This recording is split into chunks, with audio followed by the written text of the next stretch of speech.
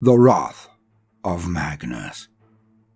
A saga of spite. Only a few of the Adeptus Astartes have even the vaguest notion of the downward spiral the Thousand Sons have walked. None truly appreciate the depth of betrayal that set them on their path. To those that face them, the Thousand Sons appear as ghosts from a dark and mythical past. Rank upon rank march in sinister silence, their weapons spitting infernal fire as they shrug off direct hits from bolt and blade alike. Living weapons to be used in arcane wars. Their warbands are often the foremost players in the ploys of Tzeentch, architect of fate and master of the cosmic game. That great contest of souls has come to a crux point system, called home by the Thousand Sons' eternal enemies, the Space Wolves, as heresy are occluded by myth and legend. It is said a full half of the Legiones Astartes turned to the worship of chaos over the course of those dark days.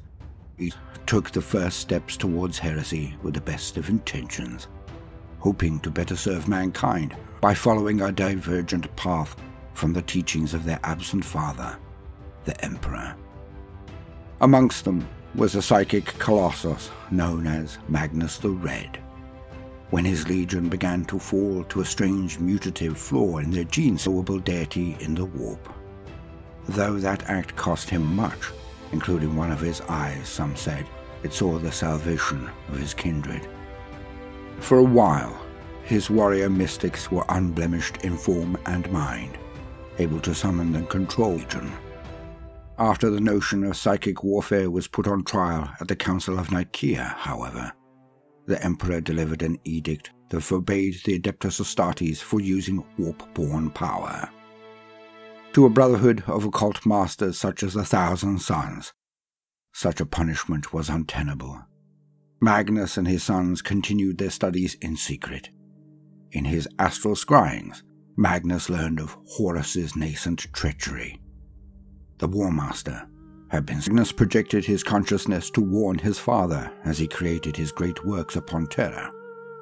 In doing so, and banished Magnus from his sight, he then ordered Horus to unleash the Space Wolves, to capture Magnus and bring him to Terra in chains. Horus instead told Russ to bring utter devastation to the Thousand Sons. The war that followed was apocalyptic. Not until the screams of his sons grew too loud. It was too late. Prospero already burned. In his grief, Magnus was defeated in combat, with Leman succumbed to the flesh curse still lurking in their genes. Though it saved his brothers from mutation, it did so by transmuting their mortal forms to sentient dust sealed within their armor. Magnus was furious.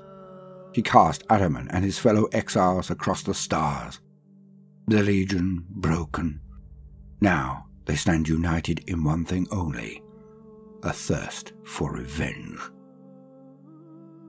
Dark Origins. Closer and closer drew the hand of doom, moving ever nearer towards blackest midnight. In a galaxy already tearing itself apart from wars uncounted, a new disaster loomed. This latest string of calamities did not happen by chance, but by design. A series of complex machinations beyond the ken of mortal minds had begun with the return of the long-lost Space Wolves' 13th Company. As warp storms spread ruination and corruption across the galaxy, the forces of the Imperium were beguiled. False evidence and heinous illusion eroded trust or inflamed ancient rivalries. This mass invasion could not have come at a worse time for the sons of Ras. Accusations of deviancy had already sprung up around the Space Wolves' exploits, and not without cause. The omens spoke true, and millennia-old legends had been proven sound. In a dozen war zones across the galaxy, the lost sons known as the Wolfen had returned.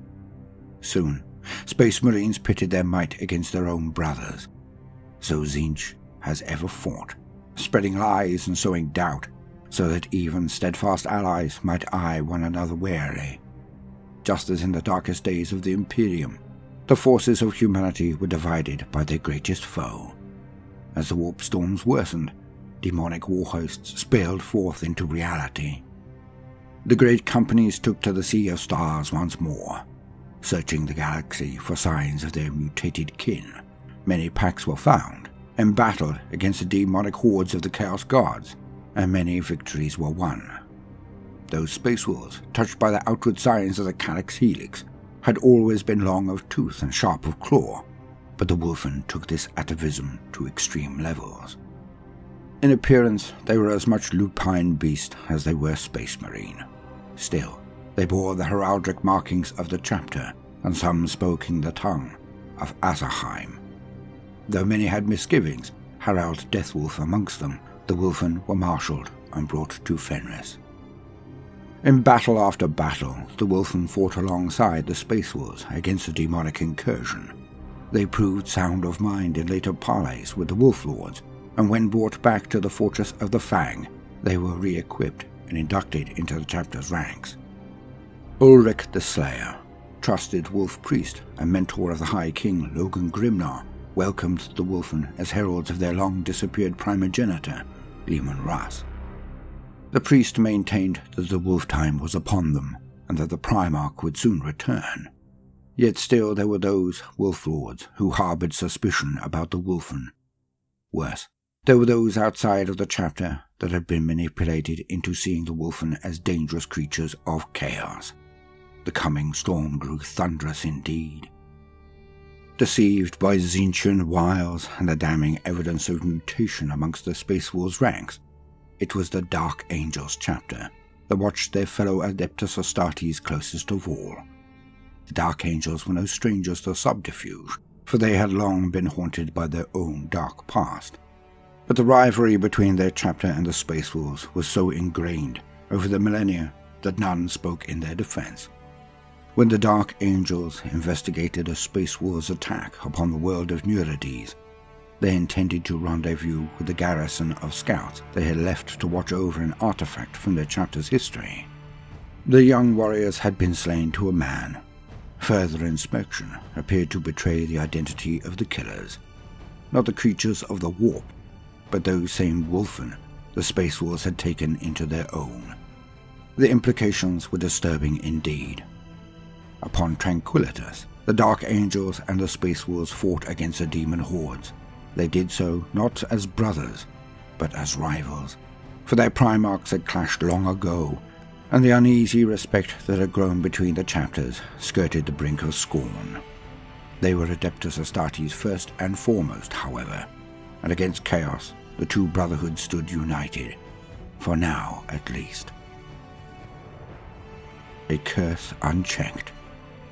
Many times did the agents of Tzeentch leave a trail of misdirection in the path of the Space Marines.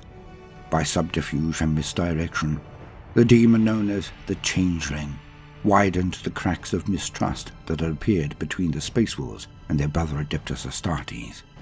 The Great Wolf and his champions were embroiled in ceaseless war against the demon hordes ripping their way into reality, and there were none to refute the claims made about the Space Wolves' fate.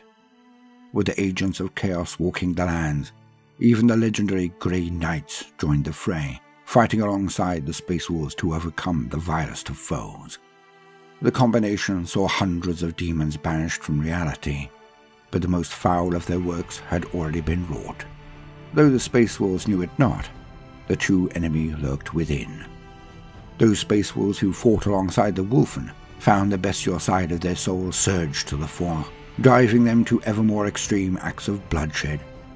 Some changed in body as well as mind, their forms altering to echo that of the lost brothers they had hoped to save. Soon there were evidence of extreme genetic deviance in every one of the companies of Fenris. The great companies returned to the Fenris system, the holds of their craft echoing with the howls of the Wolfen. An armada of Imperial battleships was inbound upon the same coordinates. At the head of the fleet was the Rock, fortress monastery of the Dark Angels. Soon after emerging from the warp, that vast fragment of their home world hung in Fenris's orbit like a titanic sword dangling over the heads of the accused. The intent of the fleet's commanders was to arrest, interrogate, and, if the fates were unkind, make the Space Wolves pay for their deviance. Azrael and the Dark Angels had initiated a crusade capable of wiping out the Sons of Thras, should it come to that. Magnus the Red, watching from his forbidding tower in the Eye of Terror, found the echo of Prospero's persecution most pleasing. His interlocking schemes were accelerating fast. Those who had called the reappearance of the Lost Company a curse were being proved right. Questions soured into conjecture, and suspicions hardened into conclusions. Astropathic choirs sang of secrets and lies. With great and somber slowness, the judgment of the Adeptus Astartes was turned upon the Sons of Thras. As the prosecutors of the Emperor's will approached the Fenris system, the great companies found their homeworld far from glorious. Unbeknownst to them, the planets that orbited the star known as the Wolf's Eye had already been assailed by the demonic and the traitorous. Valdermani, the Wolf Moon, home of the astropathic relay station Longhowl, gave a distress signal that no true hero could ignore.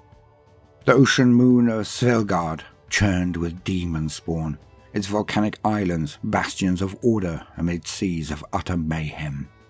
The main gun fortress of the planet Frostheim, famous for its formidable defences and iron-hard ice, was assailed by warbands of the Alpha Legion, whose blood rituals were opening warp rifts across the realm and beyond.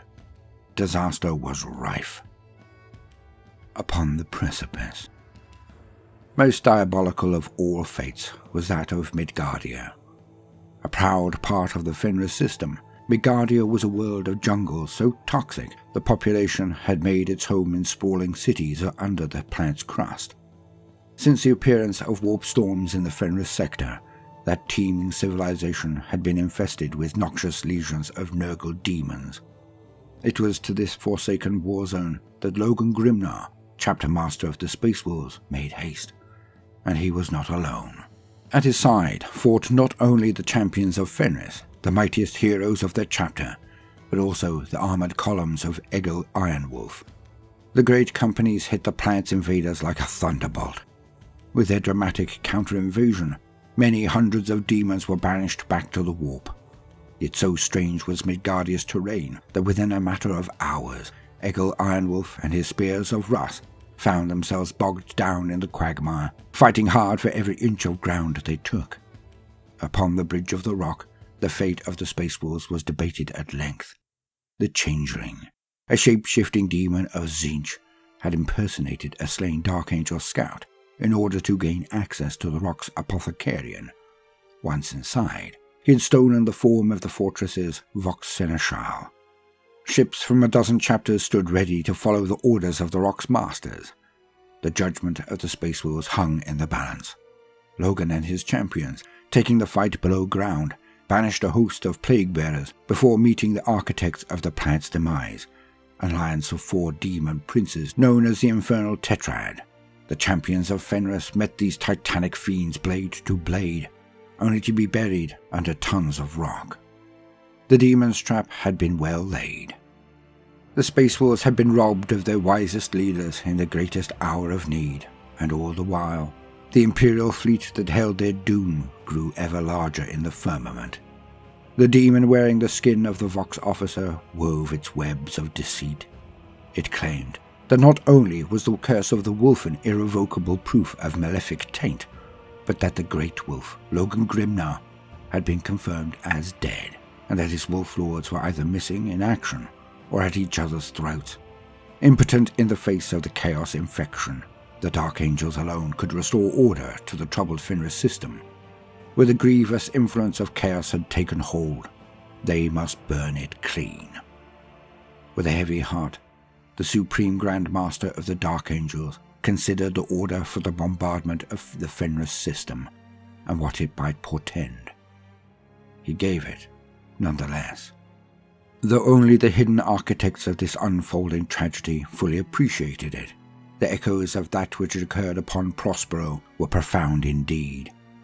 The Space Wolves were to be punished for their genetic deviance and pursuit of hidden truths, much as they had brought the intolerant justice of the Emperor to Prospero in ancient days gone by.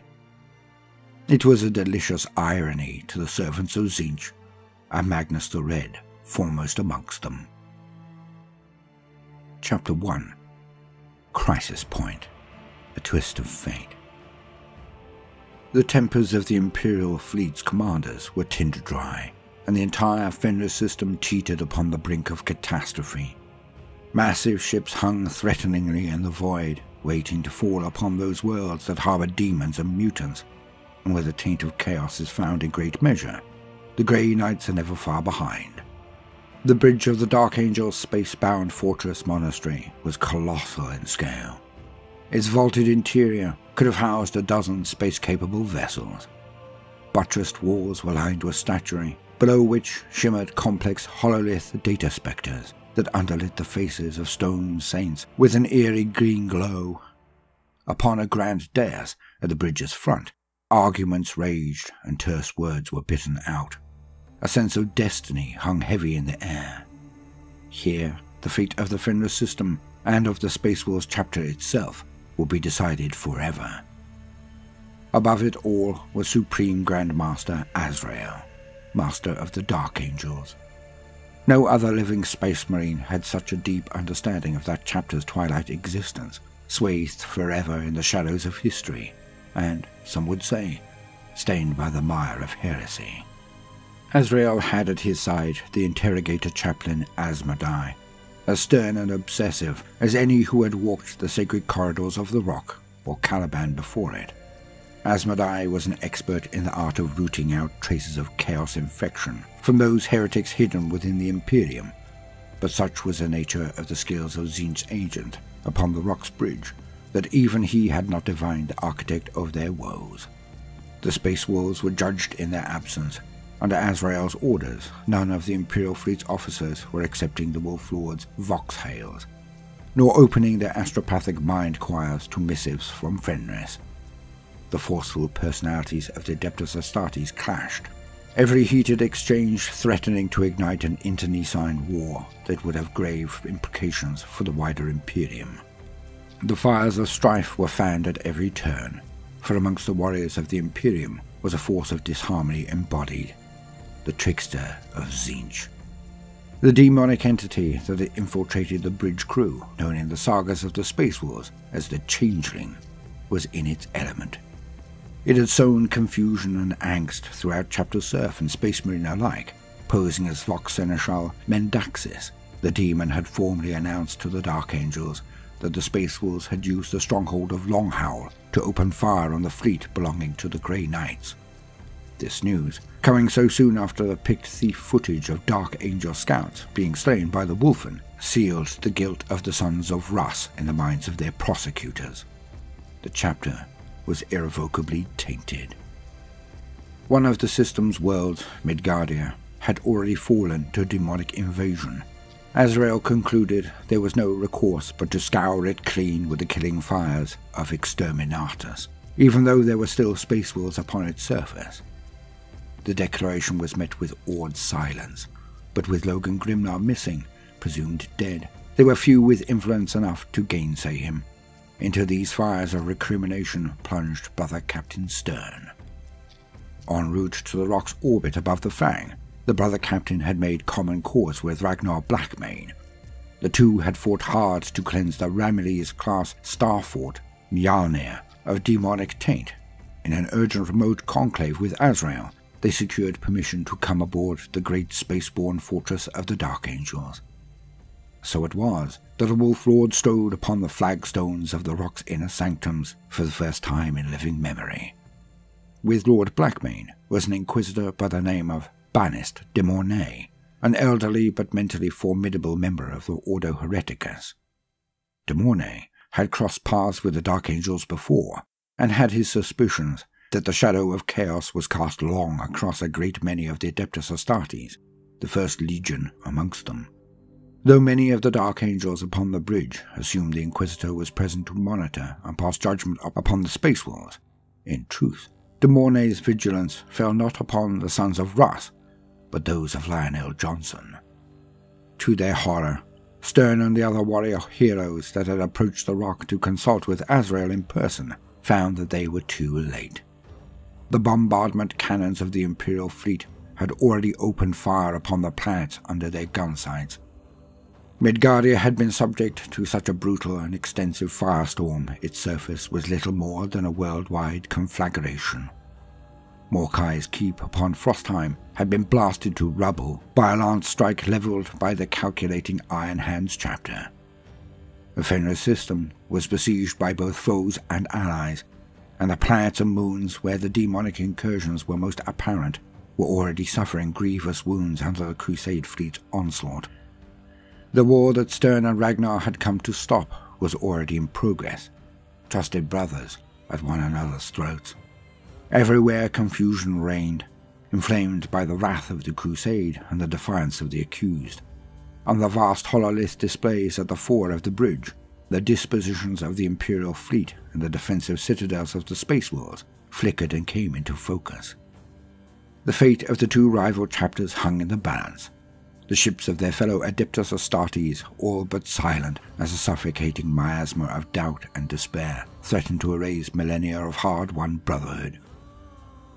Upon the bridge, the parley between traveller and commander was swift and intense. When the echoes of harsh-tongued speeches had faded from the rock's bridge, it was Stern who spoke alone. As the brother captain of the legendary Grey Knights, his words carried gravitas indeed. He spoke of chaos, and those who would spread it. He had already judged the souls of these wolfen he had encountered and those of the warriors who had fought alongside them, and he found them sound. However, there was one upon the bridge of the rock who did not belong, who was more than a hidden agent of corruption. He was anarchy incarnate. Stern pointed an accusing finger at Vox Seneschal Mendaxis, and named him for the demon he truly was. The enemy within. The agent of strife upon the bridge of the rock had expertly manipulated the rivalries and emotions of the Adeptus Astartes, playing upon their worst suspicions until their saber-rattling escalated into open violence. Those worlds infested with demons were now under bombardment from the Imperial fleet. Any hope for salvation was dwindling fast. Upon the bridge of the rock, a piercing screech filled the incense-scented air. Brother Captain Stern cast an outstretched hand towards the uniformed figure of the Vox Seneschal Mendaxis, shouting a phrase of power that made the ears of all who heard it ring. The resinous smoke that hung around the bridge parted, giving shape to the psychic attack as it hurtled towards its intended target. The Vox officer screamed in defiance and slid away with a serpentine spasm, but Interrogator Captain Asmodai was waiting close by. He bellowed his most potent litanies of hate with such force the demon recoiled as if physically struck. The false officer's flesh ripped open to reveal a shifting morass of pink-blue hide. Trapped between Stern's psychic aggression and Asmodai's fierce faith in the Emperor, the impostor's illusion came apart like cobwebs in a gale, and the demon beneath was revealed. Laughing eerily, the architect of disaster that had been hiding amongst the Adeptus Astartes began to swell and grow. Long blue robes billowed, a vortex of warp energy whipping around the creature as it raised four spindly arms from within its voluminous shroud. Its face remained hidden by a deep hood. Many who witnessed this transformation considered this a mercy, for the presence of a demon was a hideous blight on the sanity, and often a death sentence even for those who survived it. The great vault of the bridge echoed loud as storm bolt of fire crashed and boomed. Each bolt was transmuted to a harmless substance before it struck, turning to sand, to wine, to flitting butterflies with fractal wings. "At him!" shouted Supreme Grandmaster Azrael, his voice straining with tension. "The demon must be slain!" "Weird spawn! I knew it!" spat Ragnar nearby, revving his meters-long chainsword Frostfang as he loped towards the pink-skinned demon spilling from a wound-like breach. "These ones fight dirty, but they die all the same." He rolled shoulder first under a spray of mutagenic flame and came up with a lunging thrust, the tip of Frostfang chewing through the throat of a demon herald, even as it sought to summon more of its kin. Ragnar was soon lost to sight. Demons crowding around him, Azrael knew the creatures went to their deaths. A humorless smile tugged at Azrael's lips as he raised his gun and racked the slide. He opened fire, and the demons turned back, limbs twisting thin as tinder sticks. "I purge thee from the sight of the righteous," incanted Azrael, as he strode down the steps to one side of the bridge's command dais. "I banish thee with the power of truth." The chapter master raised his relic weapon, the Lion's Wrath, and sent a burning bolt of plasma fire right at the Tzeentchian demon at the heart of the confusion. The creature sketched a complex sigil in the air with all four of its hands before catching the plasma shot as if it were no more harmful than a child's toy. He hurled it back, and Azrael was forced to step aside in haste. The white fires burned a cogitator bank to molten ruin behind him. As he moved, the Supreme Grandmaster sent 3 bolt shells screaming towards the Changeling, but these it simply flicked from existence with its long fingers, one after another.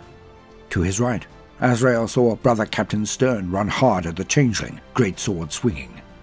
2 cackling pink horrors interposed themselves to save their master, but were swiftly bisected by the Grey Knight's blade.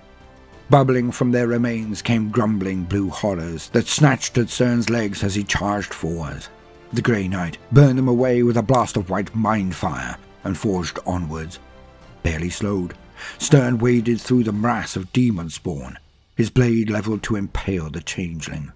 With a thrust, he ran the creature through, only for it to shimmer and disappear. It was merely another illusion cast to cover its retreat. The trickster was already far to the right, disappearing down a sconce-lined corridor with the bubbling remains of 2 hulking guard servitors left in its wake. "After it!" shouted Azrael. "Run it down and banish it, or there will be hell to pay."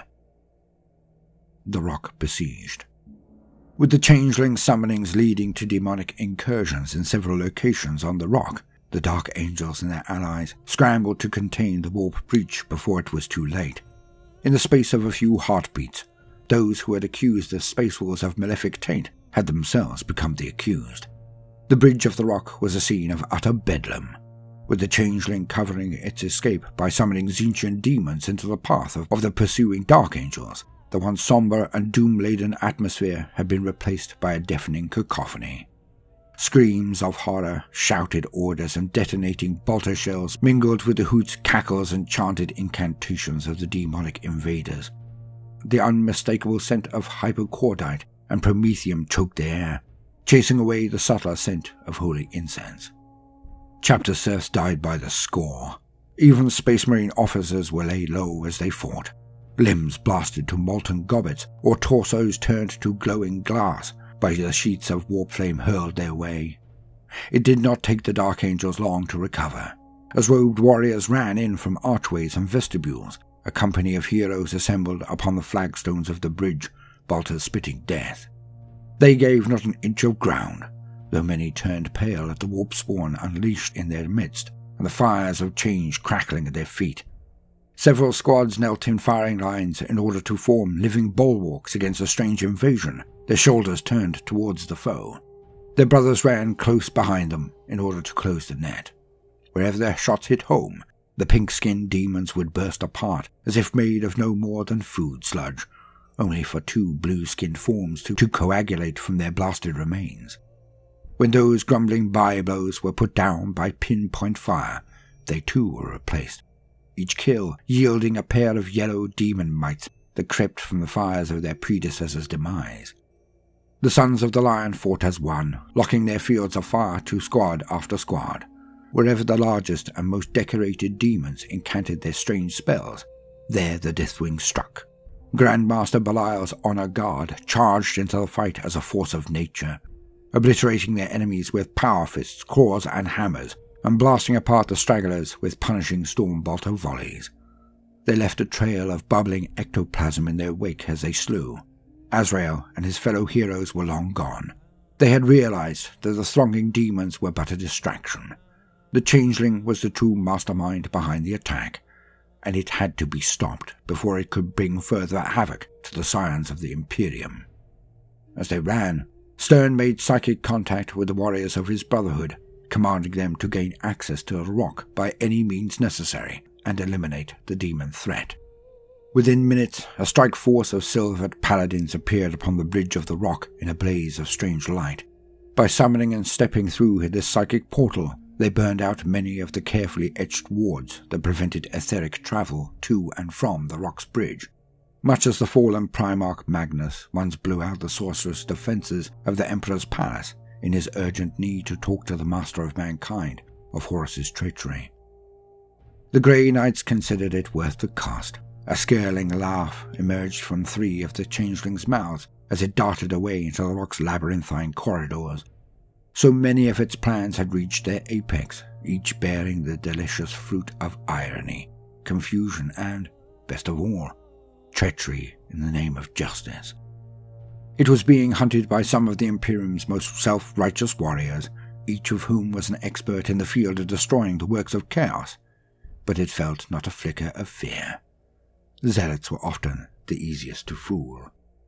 The changeling pushed ever further into the gigantic vessel. Every twisting corridor and rune-sealed vault only added to its delight.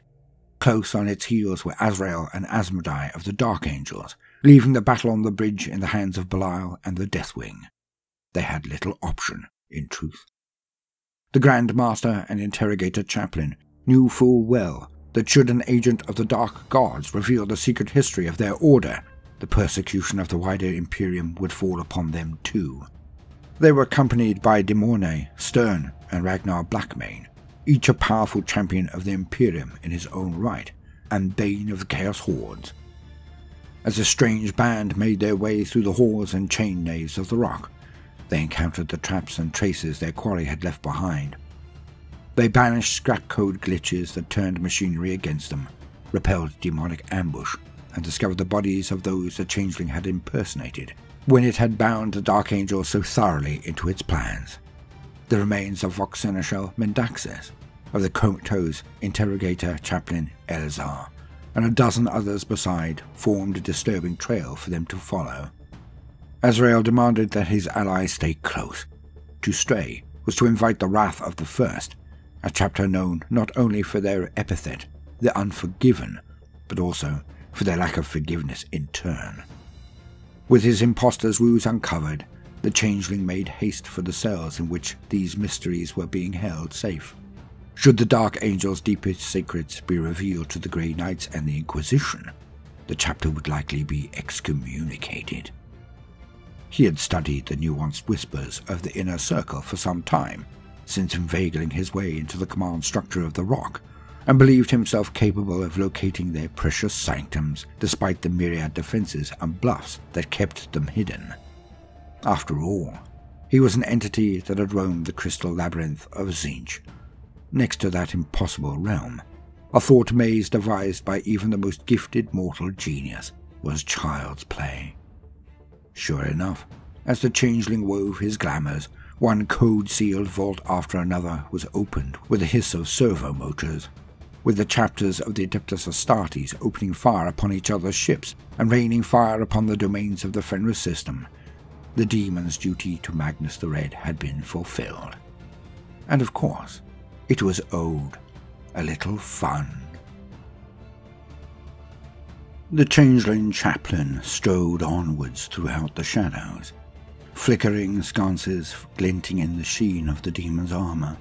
The surety and authority in the creature's every step was a better shield than the somber black battle plate of the Interrogator, whose appearance he wore. No buzzing servo skulls here, their picked thief lenses recording events for later dissection. No gormless vassals bothering him with the sheer mundanity of their gaze. The First Legion valued their secrecy above all else. What a glorious irony it would be if the Dark Angel's persecution of the Space Wolves, based on claims of deviancy and the taint of the heretic, were to lead directly to their own trial for the very same charges. The idea of setting the Loyalists against one another, exposing the most carefully guarded secrets for all to see, was intoxicating. Even now, he could hear the lords and masters of the rival chapters coming after him with all the subtlety of a runaway tank. Stifling a manic laugh, the Changeling pressed his Rosarius against a hidden recess in a marble archway. The portal slid open, It was time for change. Though Eleazar, the interrogator chaplain, strode into the vault doorway, Supreme Grandmaster Azrael strode out. The tall, grim figure sketched the symbol of the first circle in the air, and the sentry guns beyond the door powered down. He entered a massive antechamber. Sound-proofed cells ranged along each wall. The smell of burnt umber and sandalwood resin could not hide the underlying scent of blood. Nor could the sibilant chanting of dead-eyed cherubim silence the echoes of so many screams. "I have come for the fallen," said the changeling, Azrael's noble tones giving his statement an air of command. "There is nothing left to learn," came a weary protestation from the furthest chamber. The voice was scratchy and hoarse, but a shred of defiance was underneath it still. "You have taken everything we have to give. Things are different this time," said the impostor Azrael as he approached, pressing the hilt of the Sword of Secrets against a Castellan-class gate lock. The portal clunked heavily, and the las bars that formed a portcullis in the mouth of the chamber crackled as they disappeared. The shadowy figure beyond half stood, his lean but muscular body as tense as a spring. "This time, Nameless One," said Azrael, "I give you freedom." Chaos unleashed. Deep in the heart of the rock were truths that would shake the Imperium to its foundation. The Dark Angel's inner circle kept heretical secrets from their kin, and Azrael kept secrets from them in turn. What they hid, should it be made known, would spread like poison throughout the Adeptus Astartes, something the chapter would prevent at any cost. As the changeling had fled through the rock, it had summoned more of its kin from the ether, thinning the veil between real space and the warp with its strange sorceries. Hundreds of demons of Tzeentch had been summoned into the fortress monastery, appearing without warning upon the bridge, and at 8 sigil-marked locations besides. Their heralds had capered and cartwheeled past runic countermeasures that would once have slain them in an instant, but were now burnt out by the haste and force of the Grey Knight's appearance within the rock's bounds. Already, the demon infestation was spreading. The changeling had foreseen the Dark Angels bringing every weapon they could to bear against the intruders, but that too was a path fraught with peril. Given each Tzeentchian horror's ability to split into two when slain, there was a chance that to fight the demon horde was to increase its numbers, and unwittingly spread the danger even further throughout the rock. Grandmaster Belial, assuming the defense of the fortress monastery's main decks, whilst his superiors ran for its hidden heart, set in motion a defense strategy he had long since perfected. Taking the center of the bridge with his chosen few around him in a tight knot, Belial gave the order of the shield's edge. In doing so, he bade the rest of his company spread out as much as they were able. His Deathwing split up and fought hard to the very perimeter of the bridge, fighting not as squads but as individual warriors. Power fists crushed, lightning claws slashed, and thunder hammers pulverized. As the corpse of each Tzeentchian demon bubbled and began to yield to more, heavy flamers roared sanctified Promethean fires, and the threat was burned away. Where a battle brother fell, the others would compensate, fighting on until they reached the edge of the vast chamber before turning around. Certain that no demon was behind them, the Deathwing fought to close their circle once more. It was then the slaughter began in earnest.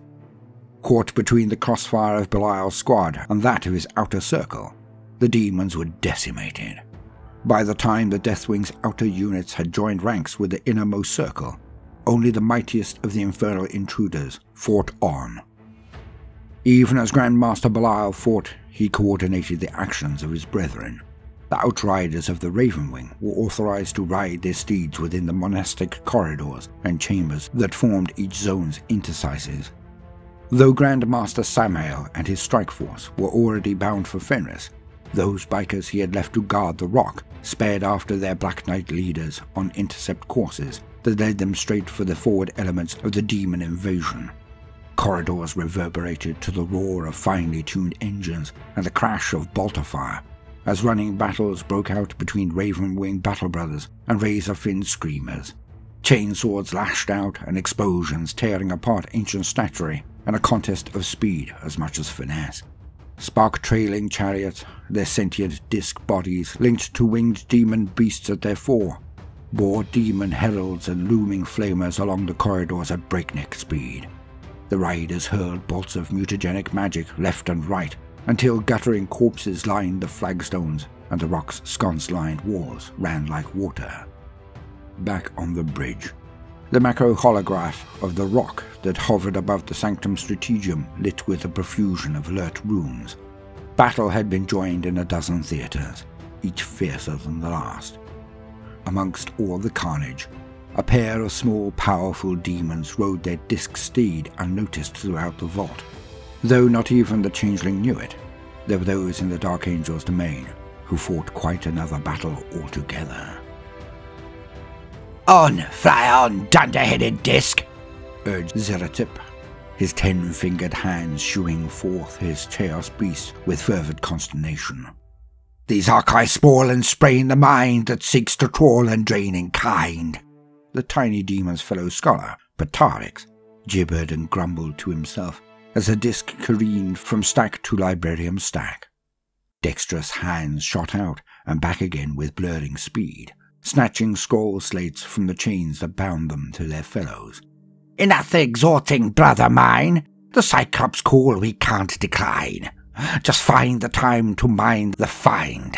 How kind of angels so refined to trammel spells for us to bind," sneered Zeratip, sketching a curtsy as he cast Revel's Unchainment upon the rune-inscribed padlocks binding a score of grimoires. "Most thorough have these questors been, across the centuries unseen," finished his partner. Ahead, a dozen leather-bound books, tied to lecterns in the shape of two-headed eagles, shucked off their shackles and flapped their pages to rise unsteadily upwards. Patarix bypassed some with a frown, but greedily plucked others out of the air, hurling them backwards onto the wobbling disc steed. "Need, got, need. Not got the time, got not the mind. And still we feel the maelstones grind," finished Zeratip, looking nervously backwards at the librarium's door as he heard the jangle of keys placed in a lock. "Make haste, the sands of time grow fine." The demon Zeratip fumbled a stack of ancient scrolls before holding one high with a triumphant shout. He chanted the words of Shimon's Shimmer Step, and a moment later the demons burst through the far end of the librarium vault in a spray of multicolored light. Their power-armored pursuers found only strands of ectoplasm and scattered parchments floating downwards in the sudden stillness. Amongst the hidden depths, the deep dungeons of the rock were cold and dank, moist with condensation and redolent in wet rock. Pressing forwards into the gloom were Azrael, Asmodai, and their allies. Brother Captain Stern guided their path, for despite the Dark Angel's expertise in hunting fugitives, he alone was able to detect the warp spore of the demon. Azrael was not pleased when brothers Aeolus and Levariel, members of the Deathwing Inner Circle, barred his path into the lowest levels of the rock with the claim that the Supreme Grand Master had already passed through a few moments before. Azrael was all cold efficiency, explaining quickly that they hunted a trickster demon, and that the creature had taken his likeness in order to bypass their guard. He proved his claim by placing his eye against the Arx Ocularis Veritas. As it chimed, the battle brothers lowered their halberds and let the officers pass. As the fellowship drove on into the bowels of the fortress monastery, Azrael assured Stern, Blackmane, and Demone that he and Asmodai had the matter of the changeling's banishment in hand. "There was no need for such a concentration of authority," said Azrael. "In fact, those unfamiliar with the rock's layout may slow its occupants down in their hunt. Their efforts were likely better spent aiding the greater war effort rather than pursuing a single demon." Despite the gravity of Azrael's tone, all three champions of the Imperium elected to continue the hunt. Though it galled the minds of the Dark Angels to witness it, the Changeling had used its perfect impersonation of Azrael to bypass every sanctum-locked vault door, gene-coded las barrier, and auto-hypnotic cage that guarded the lower levels of the rock. The occasional corpse marked the site of conflict against a guard that had not been fooled so easily, but there was no sign of the demon interloper. The heroes hunted their quarry through the great dark chambers designed to hold those heretical brothers the Dark Angels knew as the Fallen. As they passed along the processionals and interrogator crypts, they found a once blank portion of the wall open, its hinged door creaking gently, and its hex seals shattered. Asmodai lashed out in frustration with his croziers as he passed the elaborate doorway, a shower of blue sparks in his wake. The changeling would pay dearly for his work here. Further into the rock, the heroes delved, the gene seal of the true Azrael, enough to ensure their passageway through even the most redoubtable portal. A horrible suspicion had been haunting the Supreme Grand Master, and with every direction given unto them by Stern, that feeling turned from a vague possibility to concrete certitude. The changeling sought the nemesis of the Lion himself. The Supreme Grand Master was correct. The changeling sought to release Lion El'Jonson's arch-enemy, Luther of Caliban, from his cell, freeing the ancient warrior to tell the dire truth of the Dark Angel's history to Grey Knight and Inquisitor alike. In the process, he had also sought to open the cells of the Fallen, each of whom represented a dark blemish on the honor of the Dark Angel's chapter. To the demon, the revelations they would impart to the rest of the Imperium would be sweet indeed. With the greatest concentration of cells within arm's reach, the changeling found his way barred, not by the embattled heroes, but by a diminutive figure that was hidden entirely by white robes and carried a graven crozier in both arms. The demon recoiled in horror, for the creature before it was anathema to its kind. The creature focused its baleful gaze, and the changeling turned and fled. With that, the changeling's confidence in his own schemes was broken. Fate, that most poisonous and fickle of serpents, was writhing out of his grip, threatening to close its fangs upon the demon instead of dancing to his charmer's tune. His flight through the rock led him not to safety, but into the path of the hunters that pursued him. Within seconds, the dark chamber was full of strobing light and deafening noise. The changeling called into being a chattering riot of horrors, sending them against the heroes. He then took a variety of forms, each the nemesis of one of his hunters, as overlapping chants and insults spilled from its 9 mouths.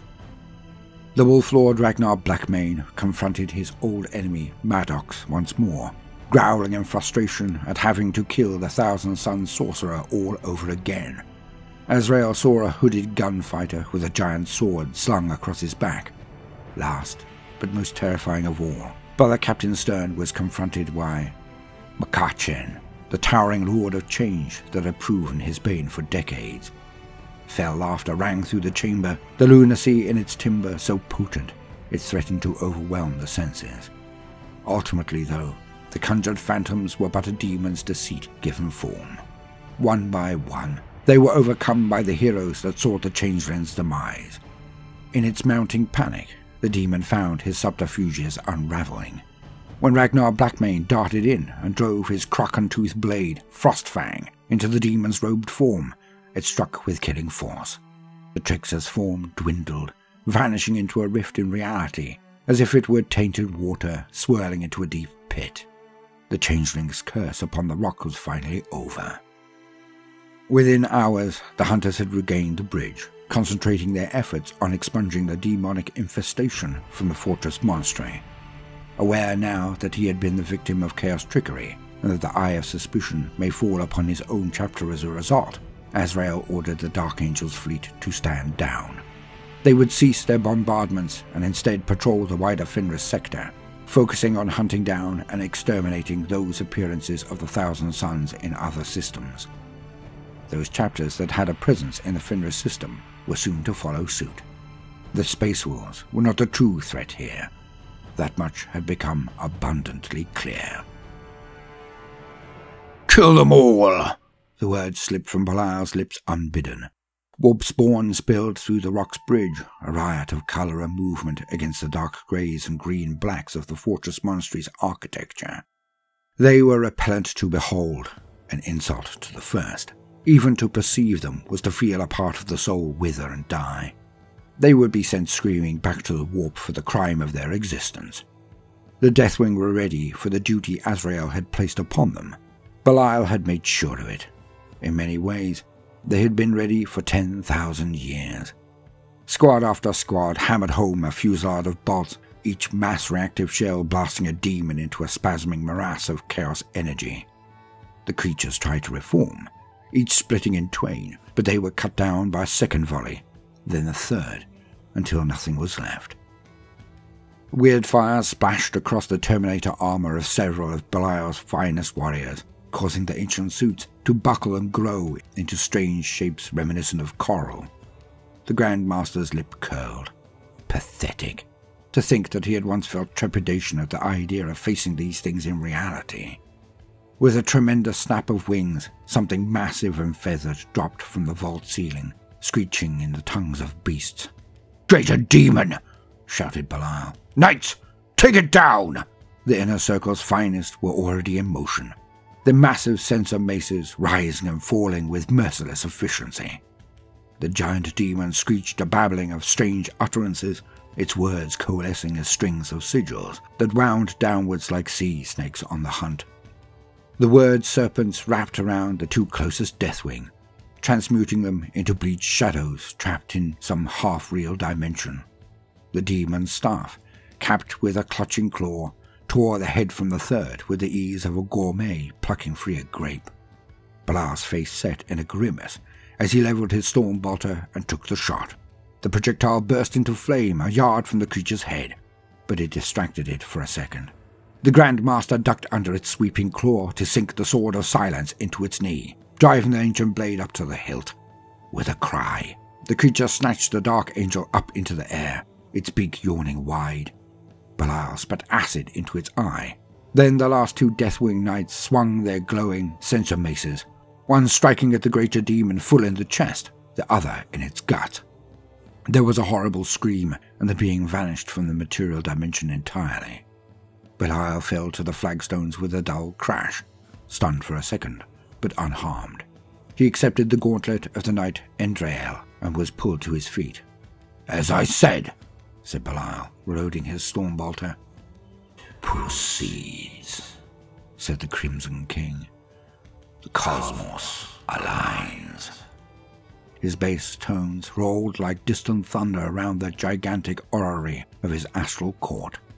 Outside the arcane citadel, his words turned to raindrops that baptized the plant of sorcerers with the power of his intent. "The trickster has proven a wise tool," said Ahriman, "as will the scribes, no doubt."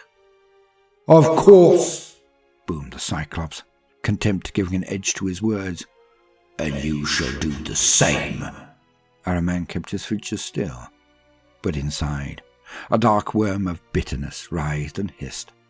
"Patience, Exile One," said Magnus in the dialect of old Prospero. "Soon you will have the chance to vent the darkness in your soul."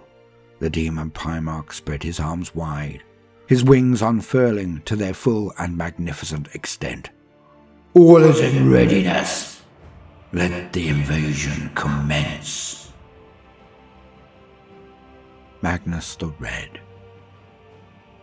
Though Magnus the Red has but one eye, few beings in the galaxy possess greater vision. The demon Primarch's name is rarely penned, even in those texts that detail the ancient history of the Imperium, for to inscribe it is to risk falling under his nigh omniscient gaze. Once, this greatest of Magi poured every iota of his being into the furtherance of the Emperor's goals. Now he seeks the total destruction of the Imperium. For long millennia, this towering colossus has plotted the downfall of the race that cast him out as a traitor and persecuted him unto the threshold of death. Only now do his plans near fruition. In many ways, Magnus fell furthest of all from the Emperor's grace. Though he claims otherwise, the blame for his gruesome transformation from demigod to demon could be laid at his own door. Willingly, he took the path to enlightenment that led through the chaotic tides of the warp. Deliberately, He chose to bargain with dark powers in order to buy his sons a reprieve from their mutative curse. Throughout the tribulations of the Horus heresy, Magnus's course was guided not by the beacon of the Emperor's will, but by the surety in his own infallibility. He was the wisest, the most learned, and the most psychically gifted of all of the Primarchs. How could his conclusions possibly be wrong? It was by exploiting this vein of hubris that Tzeentch set his long and convoluted trap, widening the gulf between Magnus and his brothers, and even between the Primarch, his Gene-Father, and his 1,000 sons. When the Space Wolves came for Magnus, they forced his hand. The consequences of the deal with the entities of the Warp, set in motion before Horus had become War Master, was hastened into fruition. With his power base forcibly dislocated to the Eye of Terror in order to escape the Space Wolves, Magnus used spells with the ease a mortal man might draw breath. He erected the Eldritch Tower of the Cyclops upon his adoptive world, the better to survey the Empyrean and real space alike. His defeat at the hands of Russ had broken him in mind as well as body. The shards of his consciousness dispersed to the four winds. Even the 1,000 sons, still bound to their Primarch's cause, could not heal his wounded animus. There Magnus brooded, his body saturated with the power of the Aether. For long centuries, Magnus sought vengeance against the Imperium and the sons of Russ in particular. In Millennium 32, he struck at Fenris. Having lured the great companies from their lair with false visions, he was denied at the last by the redoubtable might of the Fang and the wisdom of the ancient hero, Bjorn the Fell-Handed. Since that day, Magnus's ambitions have grown ever deeper and more esoteric.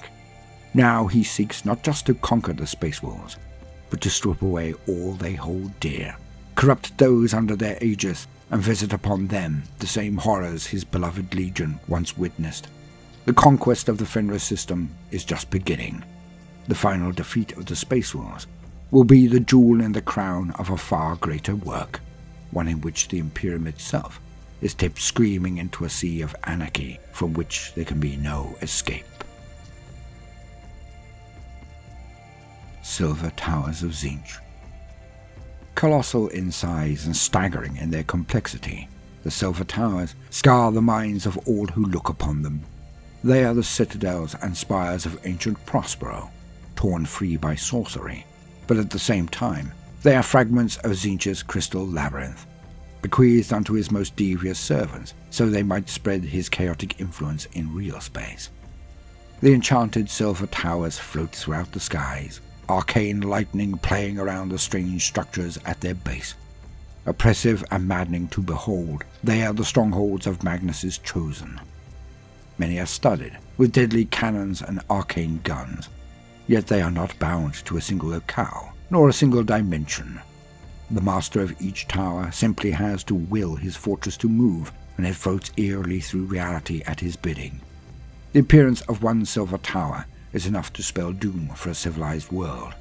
Upon Fenris, no less than 9 of these surreal fortifications descended from space, each aligned with a site of geomantic power. The great work had begun. The Desolation of Midgardia. The cursed realm of Midgardia, infested with the minions of Nurgle and corrupted by the diabolic schemes of the demon Tetrarchs, was the site of a brutal counterattack from the great companies of Egil Ironwolf and Logan Grimnar himself.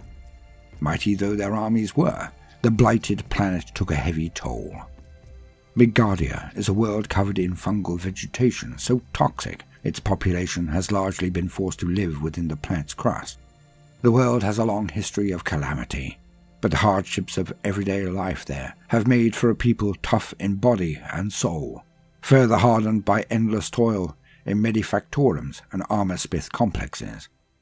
There are fortified hives and orbital defenses upon Midgardia's surface, including the Nova Cannon Battery Emperor's Judgment, but the vast majority of its worker tribes dwell in subterranean habs and nodes of industry amongst the strange walkway cities that hang amidst the roots of the world. The Midgardians are no stranger to fire and brimstone, for in places their dwellings hang over the magma that flows through the planet's crust. When the demonic infestation struck their planet, the worker citizens were plunged into a nightmare that would seal their fates. The first catastrophe to befall Midgardia was vile and inescapable. Perhaps the worst of all the many dooms the dark gods visited upon the worlds under the guardianship of Fenris. Warp rifts had been opened across the system by the rituals of the Alpha Legion, and the most vital worlds and planetoids had been claimed by one of the ruinous powers. Midgardia, being both fertile and toxic at the same time, were highly prized by Grandfather Nurgle. As warp storms roiled under the Wolf's Eye, the neighbouring planet to Fenris was quickly infested by contagion so virulent they turned Midgardia's jungles into landscapes reminiscent of Nurgle's garden. Midgardia had once been second only in importance to Fenris in terms of military power, and Logan Grimnar himself had resolved to excise that which was corrupting it. He led his fabled champions of Fenris and their wolfen brothers directly into the planet's underworld, seeking to hunt down the demonic force behind the infestation. Meanwhile, the armies of Egil Ironwolf took war to Midgardia's surface. Egil's great company started with the noblest of intentions, his strategy to locate and slay the demon warlord at the heart of the invasion. The Iron Wolves were, in theory, ideally suited to the task, for they were experts in armoured warfare and invariably went to battle in great tank formations.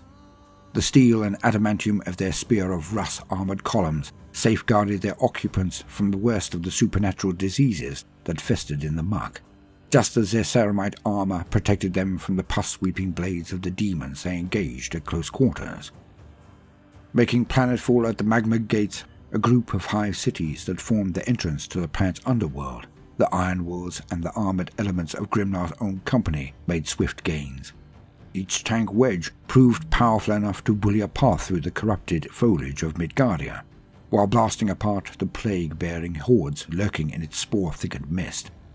The demons haunting the fungal forests around the hive cities were destroyed in an overlapping killstorm, a strike so savage it gave credence to the old wolf's claims that Midgardia could be saved. Before too long, however, the tables had turned. It was not the fungi of Midgardia nor the demon invaders that saw Egil Ironwolf's counter-invasion falter, but the thick layer of muck that smothered the planet's surface. The endless quagmire took a slow but irresistible toll, bogging down even the most aggressive of the great company's tanks. One after another, the spears of Russ ground to a halt. Worse, the corrupted spore mist had thickened to the point that ate through the joints of even the most finely wrought power armor. What had started as a lightning-fast attack was beginning to fall into crippling stasis. For every minute the Iron Wolves spent grinding into the slop, yet more plague demons converged on their position. Many a proud Fenrisian met a repulsive end in that fetid morass. More ominous still, the warriors had lost contact with Logan Grimnar's strike force altogether. The last communication from the Great Wolf's position had been a deafening rumble. Egil Ironwolf was unwilling to abandon his king. After ascertaining there was an access tunnel to the Midgardian underworld relatively close to their position, Egil ceded command to his battle leader, Conran, and led a recovery expedition of his closest warriors in search of the Great Wolf. Even as Egil departed, Conran made a set of quick assessments and came to a grave conclusion. He inserted a rune-carved data spike into the cybernetic implants at the back of his head, his attendant servo skull chattering out a complex litany of binary cant. Upon the bridge of Egil's flagship, the Wolftide, a silver-inlaid skull did the same. Conrad's decision was as brave as it was bold. He had ordered a localized orbital barrage upon his own position. Megatons of ordnance rained from the skies even as Conrad's warriors embarked upon their thick-hulled transports. Their vehicles rendered little more than gun bunkers by gasping tendrils and sucking bogs. The demons they had fought amongst the swamps were hard on their heels, but the scions of Nurgle had never been known for their quickness. Though the straggling Iron Wolves caught in the mire were pulled down and slain, the vast majority broke off the combat in good order. No sooner had the Space Wolves regained their beleaguered vehicles than the ground shook with the power of the orbital barrage. The accuracy of the orbital strike was a testament not only to the Conrad's excellent judgment, but also his sense of timing. Rhinos, Land Raiders and Razorbacks were rocked on their suspensions by the mind-numbing violence of each explosion, but although many an armoured hide was deeply scarred, only 5 of the vehicles were rendered inoperable. As the barrage tracked through the jungle, 2 of the stricken tanks were brought back to fighting strength by the ministrations of the Strike Force's Iron Priests. Undaunted, the Space Wolves fought onwards. The same could not be said for the demons of Nurgle. The pestilent creatures that were drawing the Iron Wolves into the sickening embrace of the Plague God felt no need to armour themselves against the hazards of Midgardia. Disease and infection were meat and drink to them, and the fronds of the polluted jungle caressed them like favoured pets. Though their hides were tough, they were nothing next to the kinetic storm that broke upon them. Warheads built to shatter bunker complexes blasted huge streaming craters in the jungle, each killing scores of demons in an instant. Scything shrapnel whipped out in 1,000 directions at once, ricocheting harmlessly from the armoured flanks of the Space Wolves' vehicles, but messily eviscerating the warp-spawn talisman that pressed in around them. Blistering walls of flame scoured clean the shattered landscape over and over again, burning away those demons that had somehow survived the killing force of the initial barrage. Perhaps most vital of all the barrage's effects was the evaporation of the sludge that held the tank columns fast. Around the Iron Wolves, the landscape turned instantly to steam and hard-burnt earth where viscous muck once oozed. Freed from Midgardia's cloying grip at last, the Spears of Rust gave thanks to their feral machine spirits and ground steadily out of the trap that had been closed around them. Though swarms of plague drones descended to intercept them with gambling beasts of Nurgle burst from fungus corpses to bound pell-mell at the armoured column, the Iron Wolves would not be stopped. Pinpoint fire from the Godhammer-patterned las cannons of Land Raiders worked in concert with thunderous blasts from Vindicator tanks, putting pay to those demons not already blasted to clouds of foul-smelling mist by the rolling barrage from Wolftide and its kin. Within the hour, Conrad's vehicular packs were safely within the magma gates. For his part, Egil Ironwolf was already underground. His mission was no longer one of eradication, but of salvation. For Fenris to weather the storm breaking upon it, Logan Grimnar and his Kingsguard must be found. Though Egil and his Iron Wolves feared them lost, the High King of Fenris and his warriors were still fighting tooth and nail against the forces of chaos. They had found the makers of Midgardia's downfall in the depths of the planet's caverns. Their determined push through to the reaches of the Undercity, Deepspark, saw them fight through countless lesser demons, only to drive straight into an ambush set by their masters. Not 1, but 4 demon princes had they fought in that dark and claustrophobic underworld, each bringing an army of fiends against Logan and his warriors. To bind 4 such disparate warlords in a single cause was a rare feat indeed, but behind their alliance was Magnus the Red, and few in the Eye of Terror dared gainsay a demon Primarch. Magnus's plan was to bury the Great Wolf, removing him from the grand game they were playing for Fenris. No glorious warrior's death for the master of the Space Wolves, just thousands of tons of rock to crush him like an insect. The demonic masters of Misrule, working under Magnus's command, had engaged Grimnar and his warriors in person. For a while, it seemed that they would triumph, but even the favourite of the Chaos Guards find the Space Wolves hard targets. Through heroism, cunning, and bloody-mindedness, the Kingsguard and their Wolfen allies fought back, cutting down the foe with blade, hammer, and claw.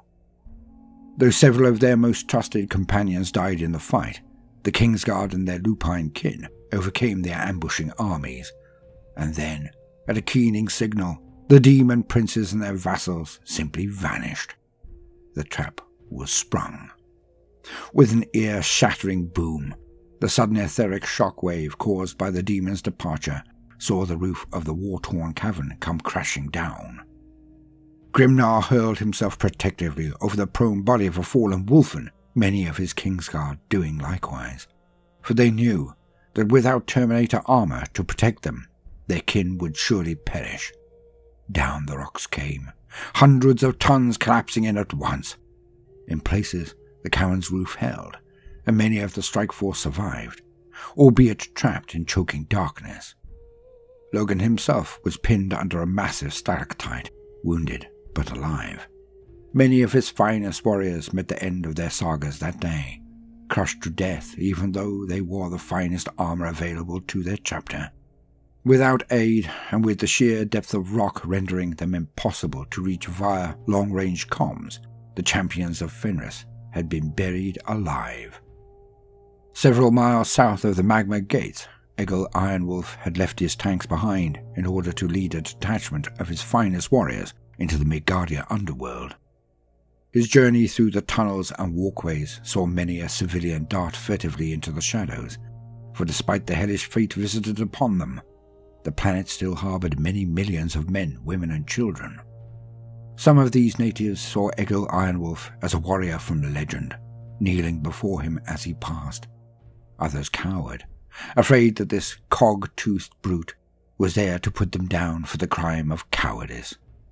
He ignored them all. The great wolf was lost, and it was up to the Iron Wolves to find him. Deeper and deeper the Space Wolves delved, fighting diseased horrors, chortling plague heralds, and repulsive demon flies.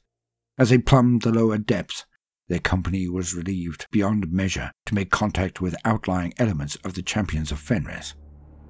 Before they could properly consolidate their forces, they were ambushed by a segmented plague worm the size of a mag train.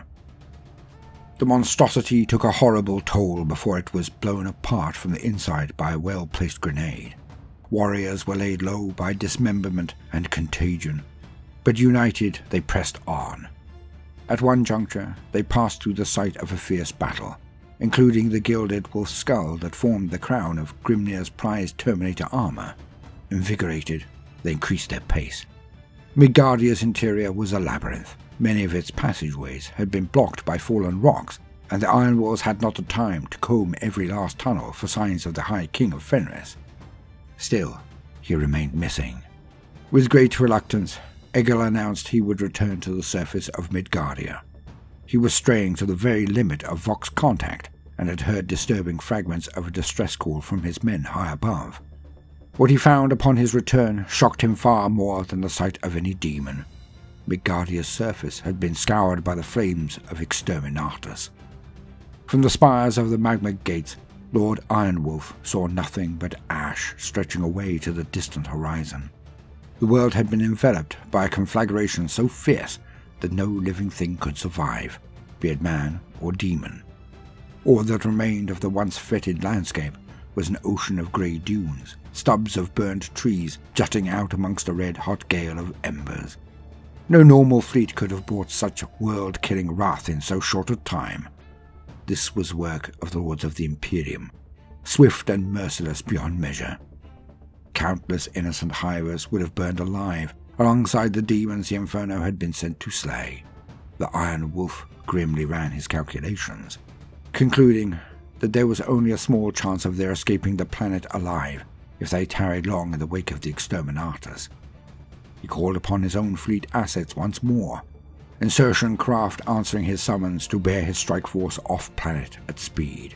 In doing so, he learned in full of the massive Imperial fleet that had entered Fenrisian space with the intent of burning the Chaos taint from every world it had touched. At that fleet's heart was the Rock. The masters of that impossibly vast craft had rained fire upon Midgardia when the Space Wolves had still been present, but more importantly, had consigned millions of the Fenris system's civilians to a horrifying death without trial. Incensed beyond measure, Egil sent a Vox summons to the Dark Angel's Fortress Monastery, demanding his views be heard. It was refused. So it was that Egil ordered his gunners to open fire on the nearest of the Dark Angel's fleet. He intended the volley to force a communication rather than to cause significant damage, and as Lord Ironwolf had calculated, its impact was dissipated by its target's void shields. Even so, the decision to open fire upon Astartes' craft would live on in the annals of the Fang and the Rock alike.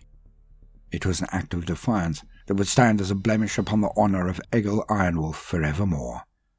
Unable to ignore this act of outright hostility, the Rock opened its comms channels to the etheric summons from Egil's fleet, intending to level the most stringent of punitive terms. Fox Seneschal Mendaxis, still in actuality the Changeling, did his best to fan the flames between the outraged Wolf Lord and the Grand Masters of the Dark Angels, and many a shot was fired across the bows of another. Yet the bonds of brotherhood between the warriors of the Adeptus Astartes are not so easily put aside. As the realization of their deed sank in, the officers of each fleet considered backing down by ordering a ceasefire. It was Conran's questions about the missing High King of Fenris that poured cold water upon the fires of Egil's wrath. It was common knowledge that the Space Wolves preferred not to teleport, and the depth at which Grimnar was buried made an imprecise rematerialization risky in the extreme. But was there truly no way the Sons of Russ could retrieve him? The Iron Wolf shut off his communique with the Rock, focusing his efforts on recovery. Once his strategic duties as Wolflord had been attended to in person, Egil enacted a tactical solution of impressive insight. He took the gilded wolf skull that had been the capstone of Grimnar's armor to his advisors. Rune priests and iron priests alike lit tallow candles around the rune caller's sigil, and the skull was placed in the heart of the right symbol, the better for the soul within to be awakened. Slowly, with incredible patience, the priests of Egil's brotherhood coaxed the spirit of that once proud lupine into their Psi commune. The soul beast was irascible and fierce, but once placated with offerings of blood mist and rune-inscribed amber, it gave them its grudging attention. The spirit knew that it had been severed from the one it called Alpha, the only soul to have dominion over it. On some level, could feel the keening of its master's soul, as well as the machine spirit of that great suit of Terminator armor from which it had been torn. By following the silvered thread of energy between the broken crown and its owner, the rune priest Svalgar hoped to pinpoint Grimnar's whereabouts beneath the burning surface of Midgardia. The wolf time draws nigh. The omens that spoke of Fenris's future were dark indeed. Here the malefic genius of Magnus had been wrought large. The worlds under the ward of the Space Marines were burning, and their allies had been turned against them to the point of violence. There was worse to come, for the Sons of Russ had yet to experience the full extent of Magnus's plans. The skies of Fenris were ablaze. All across the planet, glimmering lights that savage tribesmen had taken as omens of salvation grew larger and more menacing. Slowly, they resolved into jagged, spined shapes. Upon their upper plains, twisting walkways and spiraling towers gave the impression of some wondrous magisterial visitation, but the cannons cresting the lower ramparts were those of a fortress built for war. The silver towers of Tzeentch descended, and they brought with them the bane of wolves. The Changeling had sown disharmony and confusion throughout Imperial High Command, his gamble culminating in the searing bombardment of Midgardia. Magnus, watching from his tower in the warp, had found the spectacle most pleasing. However, for Magnus's full ambition to become reality, the Sons of Russ would not meet their demise in so simple and impersonal a fashion as orbital eradication. Not even the ultimate betrayal of Exterminatus would suffice. For the grand ritual he had set in motion to succeed, events had to mirror those of Prospero's last days as closely as possible. Psychic impulses soared from Magnus's immortal psyche, each imparted vision spurring a sorcerer or agent of chaos to enact the next phase of his interlocking, millennia-old plan for the doom of Fenris. Many of the sovereign domains of Russ had been the target of orbital barrages from those they had once considered allies, the peoples that made their home amongst them all but atomized by the violence of the strikes leveled upon them. With the defenders of those beleaguered orbits reeling in the sudden maelstrom inflicted upon them, these planets and moons would be easy prey for the legions of executioners descending upon them, each invader ready to finish the job with bolt and blade. It was a familiar tale to those who had survived the raising of Prospero, though this time the Space Wolves were the victims rather than the perpetrators. Upon Azerheim, the colossal fortress of the Fang rose above the plateau to pierce the pregnant clouds above.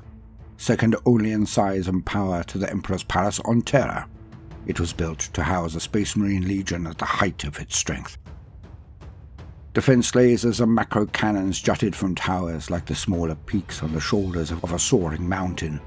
So tall was this colossal edifice that around its uppermost spires the lights of docking spacecraft could be seen.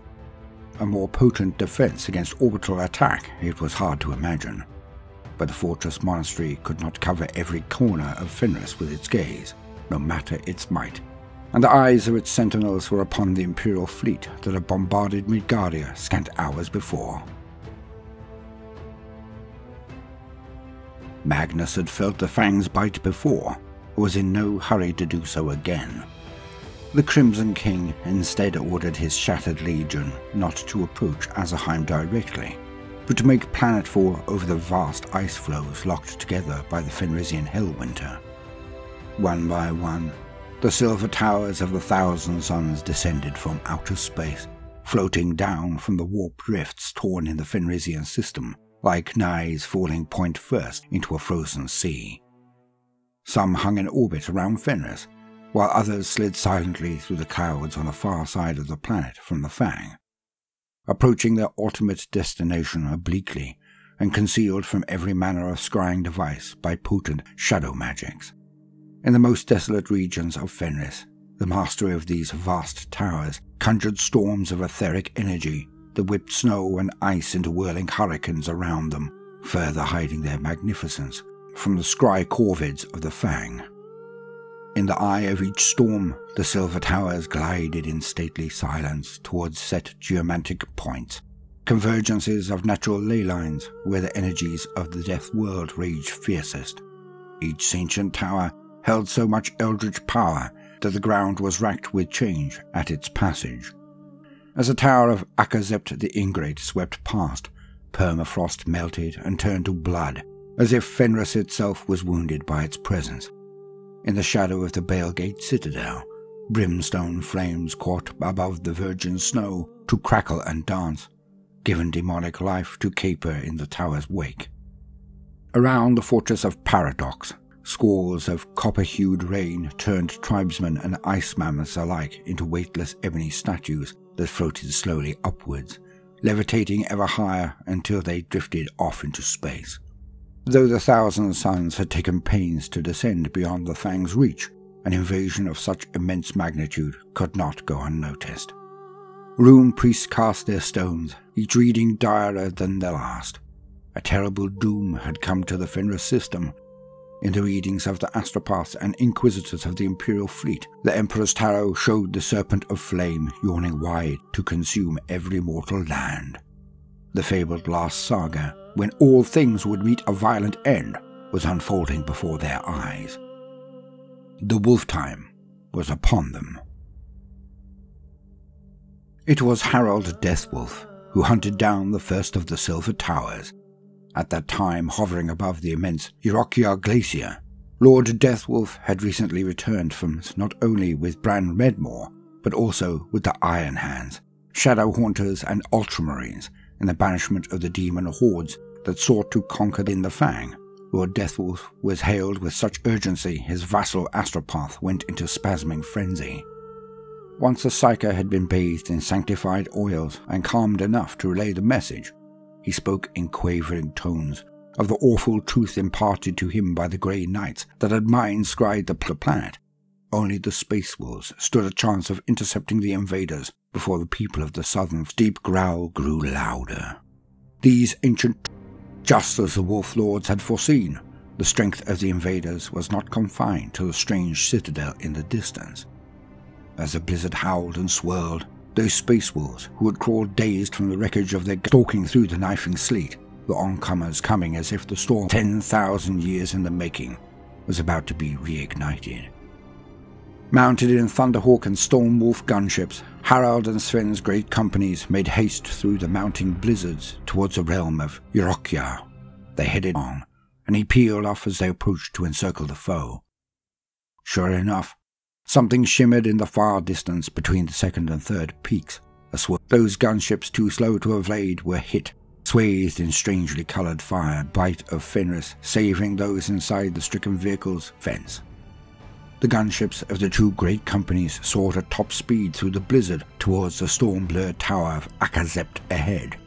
Each shot aimed to tear down a spire of the hovering fortress. The volley was to no avail. The shots dissipated into fractal-edged deltas of energy as they struck the tower's strange force fields. In return, spiraling bolts of light speared through the snows from the arcane cannons of the Sylph. It seemed like Sven Bloodhound's reckless assault had a chance of succeeding after all. Through the storm came shoals of darting, swooping creatures, demons that flew, wolves engaging the thousand suns on the hard-packed snow below. It seemed the gunship assault disappeared, swarming around them, without risking hitting the ships of their battle brothers. The attack was all but over before it began. Up ahead, sleek back shapes dived near vertical from the storm. For a moment, they seemed like giant ravens sent by the Emperor himself, by their iconography, unbidden and unheralded, but welcome nonetheless. Something strange was in their midst, a craft with an underslung cannon that glowed eerily in the white hurricane around it. With a jet fighter on each wing, it flew in close to the Space Wolves gunships, struggling to remain airborne under the weight of the demonic attack. The craft's glowing rift cannon flared, and the cannon flared again, and the gunships suddenly found themselves free of their attackers. Their slow and lethal descent reversed into a tooth-rattling climb as the cliff-like citadel's rocky sides. Even those craft fatally stricken by the Sven himself led the attack, crunching onto a near-vital battlement with a cry of triumph. They were met by creatures from a madman's nightmare. Sven and his vanguard had been anticipating a fierce counterattack, but from traitor legionaries, methodical and cold. The cawing war herd of Zangors that poured out of the Silver Tower's flanks was anything but. A riot of avian mutants charged in, so many of the fell things attacking at once that the volleys of auto-pistol shots and storms of slashing chainsaws saw several of Bloodclaw's Wolfguard bowled over the ramparts before they could land a single blow. Behind the bestial garrison came Akazept of the Sektai, a tall, armoured figure borne aloft on a spinning disc. The invisible bolts of force that hurled from the Telekines, axe and chainsword cutting through the beastmen in devastating sweeps, the Space Wolves began to make ground. A few minutes later, a strike force of robed Space Marines slammed into the flank of the milling Zangor attack. The tower was slick with blood, potent Adeptus Astartes Vitae mingling with the unclean fluids. The disc-riding Lord Akazept brought his staff around in a slow horizontal sweep. A tremendous invisible force pushed against the attacking Space Marines and defending beastmen alike. Sven gritted his teeth and leaned hard, his jump pack long-bound, howling in protest, but it was no use. He was hurled from the battlements along with his vanguard, the Zangors sent sailing from the ramparts alongside them until only the sorcerer remained. His bestial minions fell, their bodies breaking on the rocky fringe of the Silver Tower or plummeting down onto hard ice below. Sven's fire howlers were not so easily slain. They were catching the dark angels that would otherwise have died upon the rocky ice and hurling them into nearby snowdrifts through battle brothers, but the impetus of their assault was spent. Already, Akazept's Silver Tower was passing overhead, yet the battle was far from over. The howls of Sven's battle brothers could be heard in the middle distance, and the figures coalescing in the blizzard ahead had the unmistakable silhouette of the Rubricae, most cursed and indomitable of the Space Wolves' foes. No sooner had the shouts of alarm gone up than those closest to 1,000 suns were punched off their feet by a volley of fire. To be struck by a bolt round is to feel a tremendous impact, immediately followed by a flesh-tearing explosion.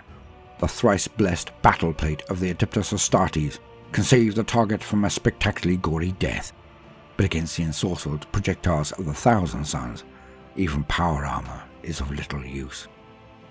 The headstrong Skyclaws at the front of the attack were hit squarely by bolts burning with such intense flame, their ceramite, along with the flesh and bone behind, simply melted away. 1, then 3, then 9 Space Marines fell back into the snow, blood streaming in great measure from their corpses. The traitorous killers strode forwards without changing pace, as unhurried as if they were systematically killing vermin rather than slaying their ancient foes. Those fire howlers still standing triggered their jump packs and hurtled forward, the storm's gale force winds behind them lending extra speed. They smashed into the Rubrique with battering ram force, the impact enough to knock down a fortress gate. Many of the Thousand Sons were hurled to the ground, though to Sven's warriors it was as though they had impacted with adamantium statues. Those Chaos Space Marines that were spared the brunt of that initial thunderous impact took not one step back, nor did they so much as flinch. Bolt pistols barked, and several of the eldritch dust golems toppled backwards, but it was not enough. Then the blazing volleys began once more, and the fire howler's attack was broken for good. Sven Bloodhowl fought with every iota of strength he had left. There was no way he would fall to these emotionless traitors on his favoured hunting grounds. His chainsword, Firefang, swung and stabbed, gnawing and sparking, but against the baroque armour of his foes it caused little true harm. His double-headed power axe sang a different tune. Where its energized blade struck home, it cleaved gaping rents with glowing red edges in the battleplate of the Rubrique. There was nothing inside those ceramite husks, however, but swirls of ochre dust that were swiftly tugged away and devoured by the storm. Lord Bloodhowl growled at the sight, his gorge rising at the thought of these unnatural creatures walking free upon Fenris. There were more of them coming through the storm, more, in fact, than the great company could hope to defeat. Perhaps the Death Wolves had failed, and the Scions of Magnus had ambushed them in turn. Sven gave a long cry of frustration and anger, smashing another traitor into the snow. He would be damned if he joined the Allfather now, so soon after the battles of Svelgard. He was determined to exact as great a toll as possible before his saga reached its bloody conclusion. For a moment, it seemed as if the storm howled in answer. Jürgen Calderessen, known as the Scorchpelt, ever since his flamer's backwash reshaped one side of his head, still counted fire amongst his allies. But the leaping energies that were killing his pack were not true fire, and they could not be tamed. A driving storm engulfed the base of the Yirokya Glacier, its fury that of the World Wolf roused to anger. Within it hunted the great company of Sven Bloodhowl. Each warrior fought with bolt, blade, tooth and claw against the chaos-worshipping scum that had dared to invade Fenris. Jürgen's pack had struck right at the heart of the warband that had emerged from the storm, hoping to isolate and destroy their leaders. Nearby, Alaf the Bear roared loudly, as one of Magnus's sorcerers landed a blow with a gauntlet swathed in blue fire. The Space Wolf burst into flame, shrinking swiftly, until he was no larger than a man's thumb. The sorcerer ground Alaf beneath his heel, before pointing his staff straight at Jürgen. "It pains me to do this, Wolf," called out the traitor. "I spoke to absolve your kind at the Council of Embers." "Liar!" shouted Jürgen. "The Sons of Rust do not listen to the words of cowards!" The Fenrisian ducked and ran in a crouch, avoiding the serpentine bolt of energy that shot from his adversary's weapon. He fired a spear of flaming promethium in return. The sorcerer contemptuously waved the killing fire aside with a pass of his open palm. "There are greater wars than ours," continued the sorcerer. "The perspective of eons has relegated you to an inconvenience." Rubrique formed up around the spellcaster, and the din of battle seemed to slacken a little. Another sorcerous bolt sizzled in. This time, Jürgen had to dive to the ice, skidding to an ungainly halt in a snowy bank. He realized with a heart-pounding lurch that he was the last of his pack alive. Creeping suspicion needled at his soul that the fire howlers had finally met their match. Something huge passed overhead. Jürgen flinched, fearing a Sylphid citadel, then grinned fiercely as he saw the underbelly of a Thunderhawk. He saw the gunship bank around, its metallic jaws open. A regal figure was framed in its maw. The newcomer, too, had a staff, glowing blue as the runes along its length channeled the elemental power of Fenris itself. The Stormcaller had come. Chain lightning shot down from high above, smashing the sorcerer into the packed ice even as he summoned another fireball. Electricity leapt from foe to foe like a hungry beast in search of meat. One by one the Rubricae fell, inert and lifeless. The storm roared, intensifying, as Njarl's command of the blizzard forced the enemy slowly backward. Jurgen felt the urge to burn and slay as the beast in his soul reared once more, but saved his Prometheum. There was no way his flames could survive with the Master of the Tempest so close. Though the Stormcaller's intervention had undoubtedly saved Jurgen's life, he could see the azure armor of dozens more Thousand Sons emerging from the white haze of the storm. So be it, he thought, drawing his combat knife. He would fight as a lone wolf, avenging his pack in glory before the end. The blizzard's howl rose in pitch, sounding to Jurgen like the baying of 100 packs. The voices of Morkai's spectral kin, perhaps, welcoming him to the afterlife of the damned. The realization hit, and he turned around. Lord Harald Deathwolf was riding hard down the face of the Yorkjar Glacier, his features set in a grimace of concentration. Behind him came his proud and bestial kin, not only his wolf guard atop their massive lupine mounts, but also dozens of sprinting wolfen and hundreds of ice wolves, long-bodied and athletic. In their wake was a stampede of white-haired mastodons and frost rhinoids, a juggernaut force of nature more lethal than any avalanche. The glacier's face shook as the mountain beasts thundered pell-mell towards the battle below. The Thousand Sons were pinned in place, fighting to stay upright against the Stormcaller's tempest. Jurgen saw scores of charging beasts sprint past him as the Deathwolf's charge connected with the force of an avalanche. Here and there, a lance of crackling magic or volley of inferno bolts smashed a Thunderwolf rider from his saddle, mutative energies coursing haywire. But for all their fearless resolve, the invaders were hard-pressed against the fury of the charge. As the Deathwolves charged in, powered blades swung to slash away arms still firing bolters. Heavily muscled Thunderwolves sank their teeth into the necks of traitor legionaries, and Wolfen tore away limbs and helms with sheer brute strength. Behind the first wave came native lupines, the sinuous beast burying sorcerers in flurries of tooth and claw. Pack after pack vanished in explosions of pink fire as the sorcerers leveled their blistering counterattack, but there was still more to come. The rest ran past them to rip beastmen thralls limb from limb. Those of the Thousand Sons who were drowned but still alive had barely begun to regain their feet before the bestial stampede hit home. Power armor that had survived millennia was cracked and split open by the sheer crushing weight of the Fenrisian herds. Njarl's Tempest did the rest. Cruel fingers of cold driving into the compromised armor to snatch the glittering dust from inside and cast it to the winds. Jurgen felt harsh laughter bubble up from his gut as the storm began to abate. The Thousand Sons' attack was crushed and cast aside. The packed ice littered with bloodless corpses and scattered sections of power armor. Then his mirth died on his lips, a cloud casting shadow over his soul. On the far horizon, the silver tower they had sought to stop was glowing like a second sun. Chapter 2. The Fires of Flameheit.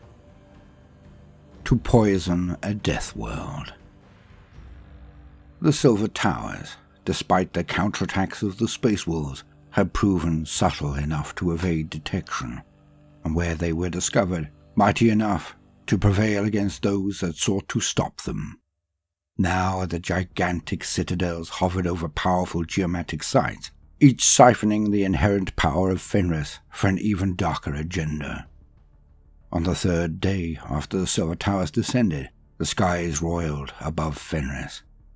The lambent lines of the Fenrica Borealis twisted with green to orange to violet pink against the deep blue of the evening sky, looking more like writhing serpents than the lapping waves they usually resembled. Those tribesmen who looked too long upon them found strange thoughts and waking dreams invading their consciousness. Some were driven irrevocably insane by the sky sigils they saw there, and took blades to those around them, seeing their friends, brothers, and even themselves as monsters that must be slain if the sun was to rise another day. These cursed heavens were the backdrop against which the sorcerers of Tzeentch wrought their works. Within the Silver Towers, blood rituals were taking place. Within each inner sanctum, a captive space wolf, bound tight in silver chain, was lowered into a cauldron of boiling gore. This was not strictly necessary for the etheric summons the exalted sorcerers were performing, but the howls of outrage and despair were pleasing to their masters nonetheless. For 9 hours, 9 minutes, and 9 seconds, the rituals continued. A nexus of energy hung between the Silver Towers, a point of potential so destructive that reality thinned and bled pure magic around it. The skies swirled crimson as great mouths howled, the forest screamed in pain. The Silver Tower from low orbit. Magnus the Red burst into being above the snows, and the fate of Fenris changed forever. The Crimson King did not arrive with dignity and poise in the manner of an Eldar Prit. Instead, he barged into the harsh air of Fenris like a charging minotaur, titanic bulk through. A glut of demonic celebrants spilled from the legion behind him. The Crimson King roared his orders to the massed vassals below, who were already gathering along the crystal sand. The facets of every grain reflecting an aspect of the earth was exhaled as coloured clouds of sentient mist that wound away like ghosts, seeking mortal victims to asphyxiate at their leisure. The Primarch cast about himself, drinking in the harsh beauty of the Fenrisian wilderness with relish. Soon it would be his to corrupt, his to remake in a form more pleasing to Tzeentch. With not a satisfaction, Magnus resolved to begin his great work utterly. His intent to shatter the fortress monastery of the Space Wolves before extinguishing the greatness would corrupt Fenris as part of a far greater plan. Fenris was classified as a death world, primarily because of its ferocious megafauna and the killing cold that tipped the opposite extreme. Those times when Fenris's elliptical orbit brought it closer to its star was just as lethal. Known to many of its people as flame storms breaking the greater land masses into islands afloat a tempestuous sea.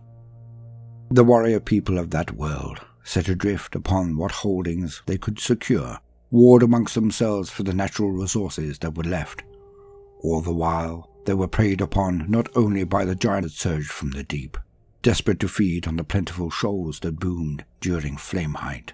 Valheim was seen by the tribes as a land of the gods, blood into their ranks, or to test themselves against the deadliest creatures they could find. Millennia slipped past, horrific storms lashing the flanks created from their stock. It was the natural strength of Fenris and its people which Magnus sought to corrupt. Azerheim's plateau was shot thorns glowing beneath the planet's crust, a near-infinite source of geothermal fire. The hidden heart of Fenris was the focus of Magnus's plan, but it was the work that would help him secure it. No mortal man has more power over the arcane than Ahriman. Arch-sorcerer of the Thousand Suns, Lord has willingly ventured along the most dangerous of paths for the betterment of his kin. Since those early days, he has spent 10 long millennia searching for influence enough to control his fate and that of his brothers. In that time, he has lost his way spectacularly. Now Ahriman walks the path of avarice and destruction, though he would rather die than admit it, even to himself. The pursuit of knowledge is, in essence, a noble goal, one who understands the universe of Ahriman's being. The chief librarian of the Thousand Suns Legion turned every waking moment to finding a solution to the flesh change. Ultimately, his single-minded crusade led him to a kind of success, but also a terrible failure. The rubric of Ahriman, the ritual he and his fellow sorcerers used to ensure their buck is the most powerful of spells. Ahriman has roamed the galaxy in search of eldritch power enough to make good his mistake. His hope is that he can somehow reverse the rubric, turning his fellows back into beings. He has been embroiled in a quest to locate and plunder the fabled Black Library of the Eldar. By fighting through its Eldar protectors, Ahriman, waiting its strange guardians long enough to transcribe the fabled tome at his command, Ahriman can navigate long-lost sections of the webway, that labyrinthine dimension that lies between reality and the warp. Many of the portals he can now reopen are situated on worlds settled by the Imperium, and amongst these are ancient cairn gateways that lead onto the death world of Fenris. With this knowledge, with Magnus arrayed in Ahriman's debt, the arch-sorcerer would corruption in the flames. Wheels turned within wheels as the forces joined the Thrall armies of their exalted masters. The planet was soon host to a dizzying variety of monsters and madmen. War had come to Fenris once more. Ahriman brought more to Magnus for almost 100 years. He had gathered those surviving sorcerers banished from Magnus's side at the time of the dread rubric. Many a bargain, threat and bribe was made in this great endeavor, and Ahriman had to sacrifice much in order to achieve it. But ultimately, the mission was a success. Shad Aratos and blind Omohortek, sorcerers and baying mutants, in summoning him upon Runheim Peak, and the arch-sorcerer bowed ever so slightly before discussing the plan for Fenris's downfall. While the psycho host of the exiles took battle to the Imperial forces abroad in Fenris's open wilderness, Magnus and Ahriman would work their agenda on a different level. The ritual halls at the center of Geomantic Nexus below. Into these halls, ritual over and over again. Columns of dark power flowed from the underside of each silver tower, channeled into the ley line sites of fighting to repel wave after wave of invaders. Now the crystal raven was blasted into scattering shards when it plunged deep into the grumbling caldera of the fire breather, that same volcano that's until every mortal creature within a dozen miles felt blood trickle from its ears.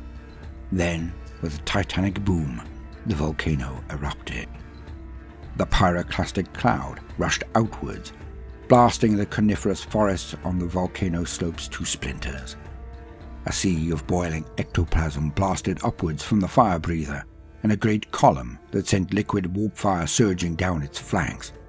Rivers of polluted magma turned snowdrifts to crackling steam wraiths, and moss-covered rocks to distorted skulls. As the bow wave of the fire breather's eruption shot outwards, man and beast alike were turned to statues of sparkling ash, but the Tizgan spire remained unmoved. To the east, the fissures south of the Yrokyar Glacier glowed blue with the baleful energies poured into them by the tower of the Sektai floating high above. The unhealthy light pouring from the site became blinding as the fissures turned to crystal, and demons of all shapes and sizes began to emerge from within, spilling out from the cracks like ants pouring from an underground nest. The warp spawn ran, swooped, scampered and cartwheeled in all directions, falling upon the tribesmen that had gathered to watch the event in awe. Many of the Fenrisians escaped. Some even fought their way free of the insanity that rushed to claim them. Thousands more were left to die in snow turned pink by rivulets of spilt blood. At the gates of Morkai, strange jackal spirits rose from the caverns thought to lead to the Fenrisian underworld.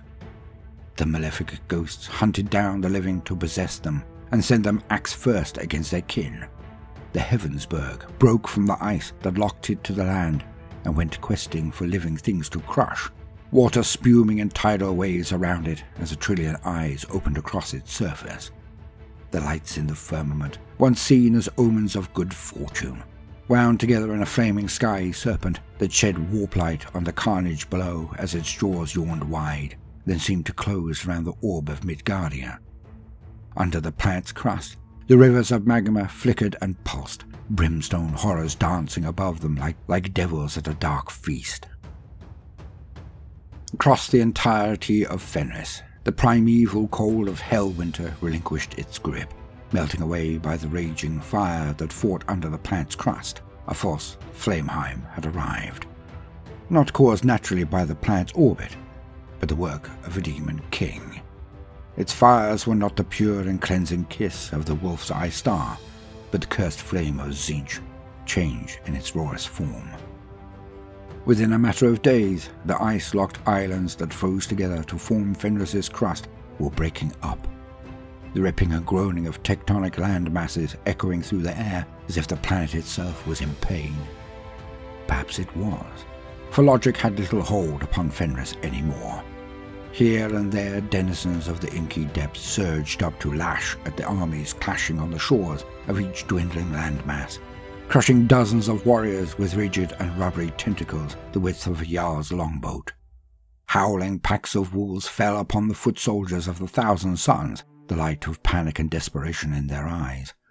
Even the ice trolls of the Forsaken Peaks slouched from their lairs to assail the demon hordes with claw and club, their brutish minds dimly aware that these strange invaders threatened their home. The Fenrisian tribes, bellicose and fierce, fought hardest of all, and in several battles stood shoulder to shoulder with the Sky Warriors from their fireside legends. The entire planet had been plunged into war, each sacred site the epicenter of a raging conflict. Only one nexus of potency remained uncontested. The Fang dominated the skyline of Azerheim, as stalwart and indomitable as ever. But the Crimson King had plans for that legendary fortress too. The Cursed Warriors of Fenris. Though the Space Wolves fought hard against the traitors, and though many a saga was cut short every day, it was the native people of Fenris that paid the highest price. They were coming face to face with that which was inimical to order and sanity, the raw stuff of the warp, given form and set against them. With the skies racked by the psychic byproduct of the ongoing invasion, there was little to tell day from night. The white wastes were lit every hour by coruscating pinks and blues. The wolf's eye, sweltering and huge over the course of a true flame height, shed a sickly light. It gave little more illumination than Valdemani. Underneath these celestial bodies, the sons of Rus fought with everything they had to defy the Chaos Invaders. Great packs prowled the wastes, their hunters' skills more vital than ever before as they brought battle to demon and traitor alike. Too many found their glorious chargers dashed to pieces against the unyielding walls of ceramite and dust ranged against them. Lone wolves, each the last of his kin, sought glorious deaths against the most powerful foes as a testament to their fallen brothers. Most died in fire, consumed by the mutative energies of the volleys sent against them. Packs of lupine beasts, great and small, slunk and stalked, instinctively hunting trespassing warbands before tearing into them with sudden ferocity. Again and again, the wolf packs were left as steaming corpses strewn across the ice by the fire of emotionless Rubrike. With Logan Grimnar still missing, there was little organization to bind the Space Wars and their kin into a cogent force with which to repel the mage-shrouded Silver Towers. The defenders of the Death World were reaping a significant toll, but their enemies were invariably one step ahead. There were those born of Fenris, not yet taken into the ranks of the Sky Warriors, who somehow overcame the demon interlopers that hurled fire and damnation into their midst. Whether by fieldcraft, stealth, or might of arms, they had wrested victory against the odds, but they were forever changed. Veteran Huskarls walked back to their kin with axes held loosely and a blank stare in their eyes. Glory-hungry youths were ravaged horribly by what they saw. Shield maidens slunk as stooped as crones to sleepless beds. These were the lucky ones, for they were at least sound in body, if not in mind. So profound and powerful were the energies of change that roiled across the planet that those mortals touched directly by Tzeentch's fires underwent terrible transformations. Gangling mutations erupted from bronzed and weather-beaten flesh. Eyes bulged from armpits and backs, and crests of feathers and quills round down shaven scalps and shoulders. Some lost their cohesion of form altogether, reshaped into horrible spawn things that defied description and damaged the sanity of all who witnessed their transformation. Those born under the unnatural skies were monstrous. Even those who seemed clean of limb when given the birth axe not only grasped the weapon as was only right and favored, but used it to hack away at their shocked parents' hands. Who knows how many young Fenrisian warriors who appeared whole and sound would grow with the hidden seed of change planted inside them that would only one day bear shocking fruit. The Fenrisian tribes had been cursed. It was a calculated and deliberate bane sent upon them by Magnus the Red, for his legion had been riddled by the fresh change long ago. In part, that was the very reason that they had sought to master the arts that saw them persecuted. The rampant mutation did not go unnoticed by the agents of the Ordo Hereticus, still monitoring the Fenris system for traces of chaos taint. In the darkness of secret Psychana sanctums, astropathic missives were sent screaming out across the void. Under the strange light of haunted skies, the sons of Rust defended their home. Each warrior fought tooth and claw against an endless stream of foes. A sense of doom hung heavy in the air. Though few spoke it openly, all knew the chapter's lore well enough to realize who was visiting such mayhem on their world. The great Cyclops was amongst them, or was close at hand. It was their only explanation. The Lords of the Fang wondered if the wolf time was upon them, and if so, whether Leman Russ himself would step from the lost annals of history to lead them to victory. And the fury of the Wolf Lords increased with every passing day. Each warrior king took his great company into the wilderness, speeding across the Sows in sanctified transports to engage the traitorous and monstrous wherever they were found. Though they hunted within their own territory, they were ambushed by thunderous volleys from Rubricae that burst from icy waterfalls, emerged from snowdrifts, or stalked from poisoned seas. The sea wolves took a fleet of gunships across the boiling seas, heavy bolters hammering death into the corrupted cephalopods that hauled their bulk onto the ice floes in search of human meat. Engir Krakendoom himself fought blade to talon with a flame-skinned sea hydra, cutting off one boulder-sized head after another with his power spear long-haft, before delivering the death blow with his bladed storm shield. In doing so, he saved the Ice Whaler tribe from slaughter, but committed his men to a tempestuous battle upon tilting ice floes, locked in combat against demons that clambered from the monster's corpse. Elric Morkai's famed scout packs reported a spate of apparitions near the gates of Morkai. The great company investigated in force, and it was well that they did. The wispy jackal spirits that emanated from the great Kraken, Morkason's rocky flanks, were flying through the mountain passes to fall upon the bone-clad tribes of the caves, and in some cases, possessing them entirely. Eric gave his warriors the order to fire upon those who seemed demon-tainted. Though it weighed heavy upon them to do so, his grim-faced warriors complied. Their decision was soon justified. From each fallen tribesman, a pair of blue horrors burst forth, grumbling that their fun had been spoiled, and falling upon the Space War scouts in a flurry of clutching limbs. The scouts overcame the revolting things with combat knife and bolt pistol, but not before several had been left as burnt and bleeding corpses. Ragnar Blackmane had returned to the Fang after the banishing of the Changeling, for he knew that to become embroiled in the exhaustive interrogations of the Dark Angels was to waste valuable time. His great company's journey from the Fang to the field of battle was typically bombastic. The Blackmanes hurtled through the skies in gunship squadrons, the shriek of their descent and the scars they left across the skies, announcing their presence to war. From the crystal fissures of Eurokia, blinding blue beams of psychic energy shot heavenwards to smash a pair of gunships from the skies. The warriors within plummeted to an early grave. Such was the cost of war. The rest of the gunships landed without loss. One after another, the gunships skidded hard into the tops of the fjord-like Eurokia fissures, cannons booming. Their impact was the pounding of fists upon a glass-like sculpture of fractal complexity. Cliff faces turned to faceted quartz by the magics of Tzeentch's crystal labyrinth, shattered and slewed away. Cries of anger and despair rose from 1,000 demon throats as they toppled into the frothing sea below. The exclamations turned to shouts of pain as the Blackmanes debarked from their craft amongst the thunder of bolt weapons. It was on those cliffs that the young king fought through the magical barrage of the gangle-limbed Lord of Change, Ixchar Hanrark, taking off the great demon's eyeless head with a soaring blow from his croc-toothed blade, Frostfang. No victory was celebrated that day, however, for the headstrong bloodclaws that pursued the reeling demon hordes into the cliff's strange caves disappeared entirely. Trapped in endless glacial mazes on the fringe of reality, they were never seen again. The warriors of Jarl Grimblood, who some said were obsessed with flame, fought not to burn, but to preserve.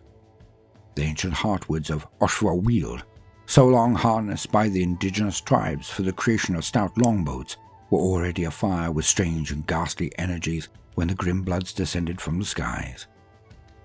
They had gone in search of the ancients of Tzeentch and found them aplenty. The entire forest was infested with flame-fisted demons that moved in strange hovering leaps, the creatures hurling warp flame at the steel bark trees that twisted them into the likeness of men burning at the stake. Putting aside their flamers and stifling their need to plunge into battle, the Grimbloods divided into great packs. One made haste for the river of cold ice water that ran alongside the forest every flame height. By felling enough trees to create a rough dam, that first great pack caused the river to break its banks. Though the resultant flood could not extinguish warp fire, it drove the dull-witted demons back into the guns of the second force. Caught between the two jaws of Grimblood's trap, the flame things were annihilated. It was in that forest that Grimblood saw something in the flames, some fragment of insight that spoke of an imminent doom to come.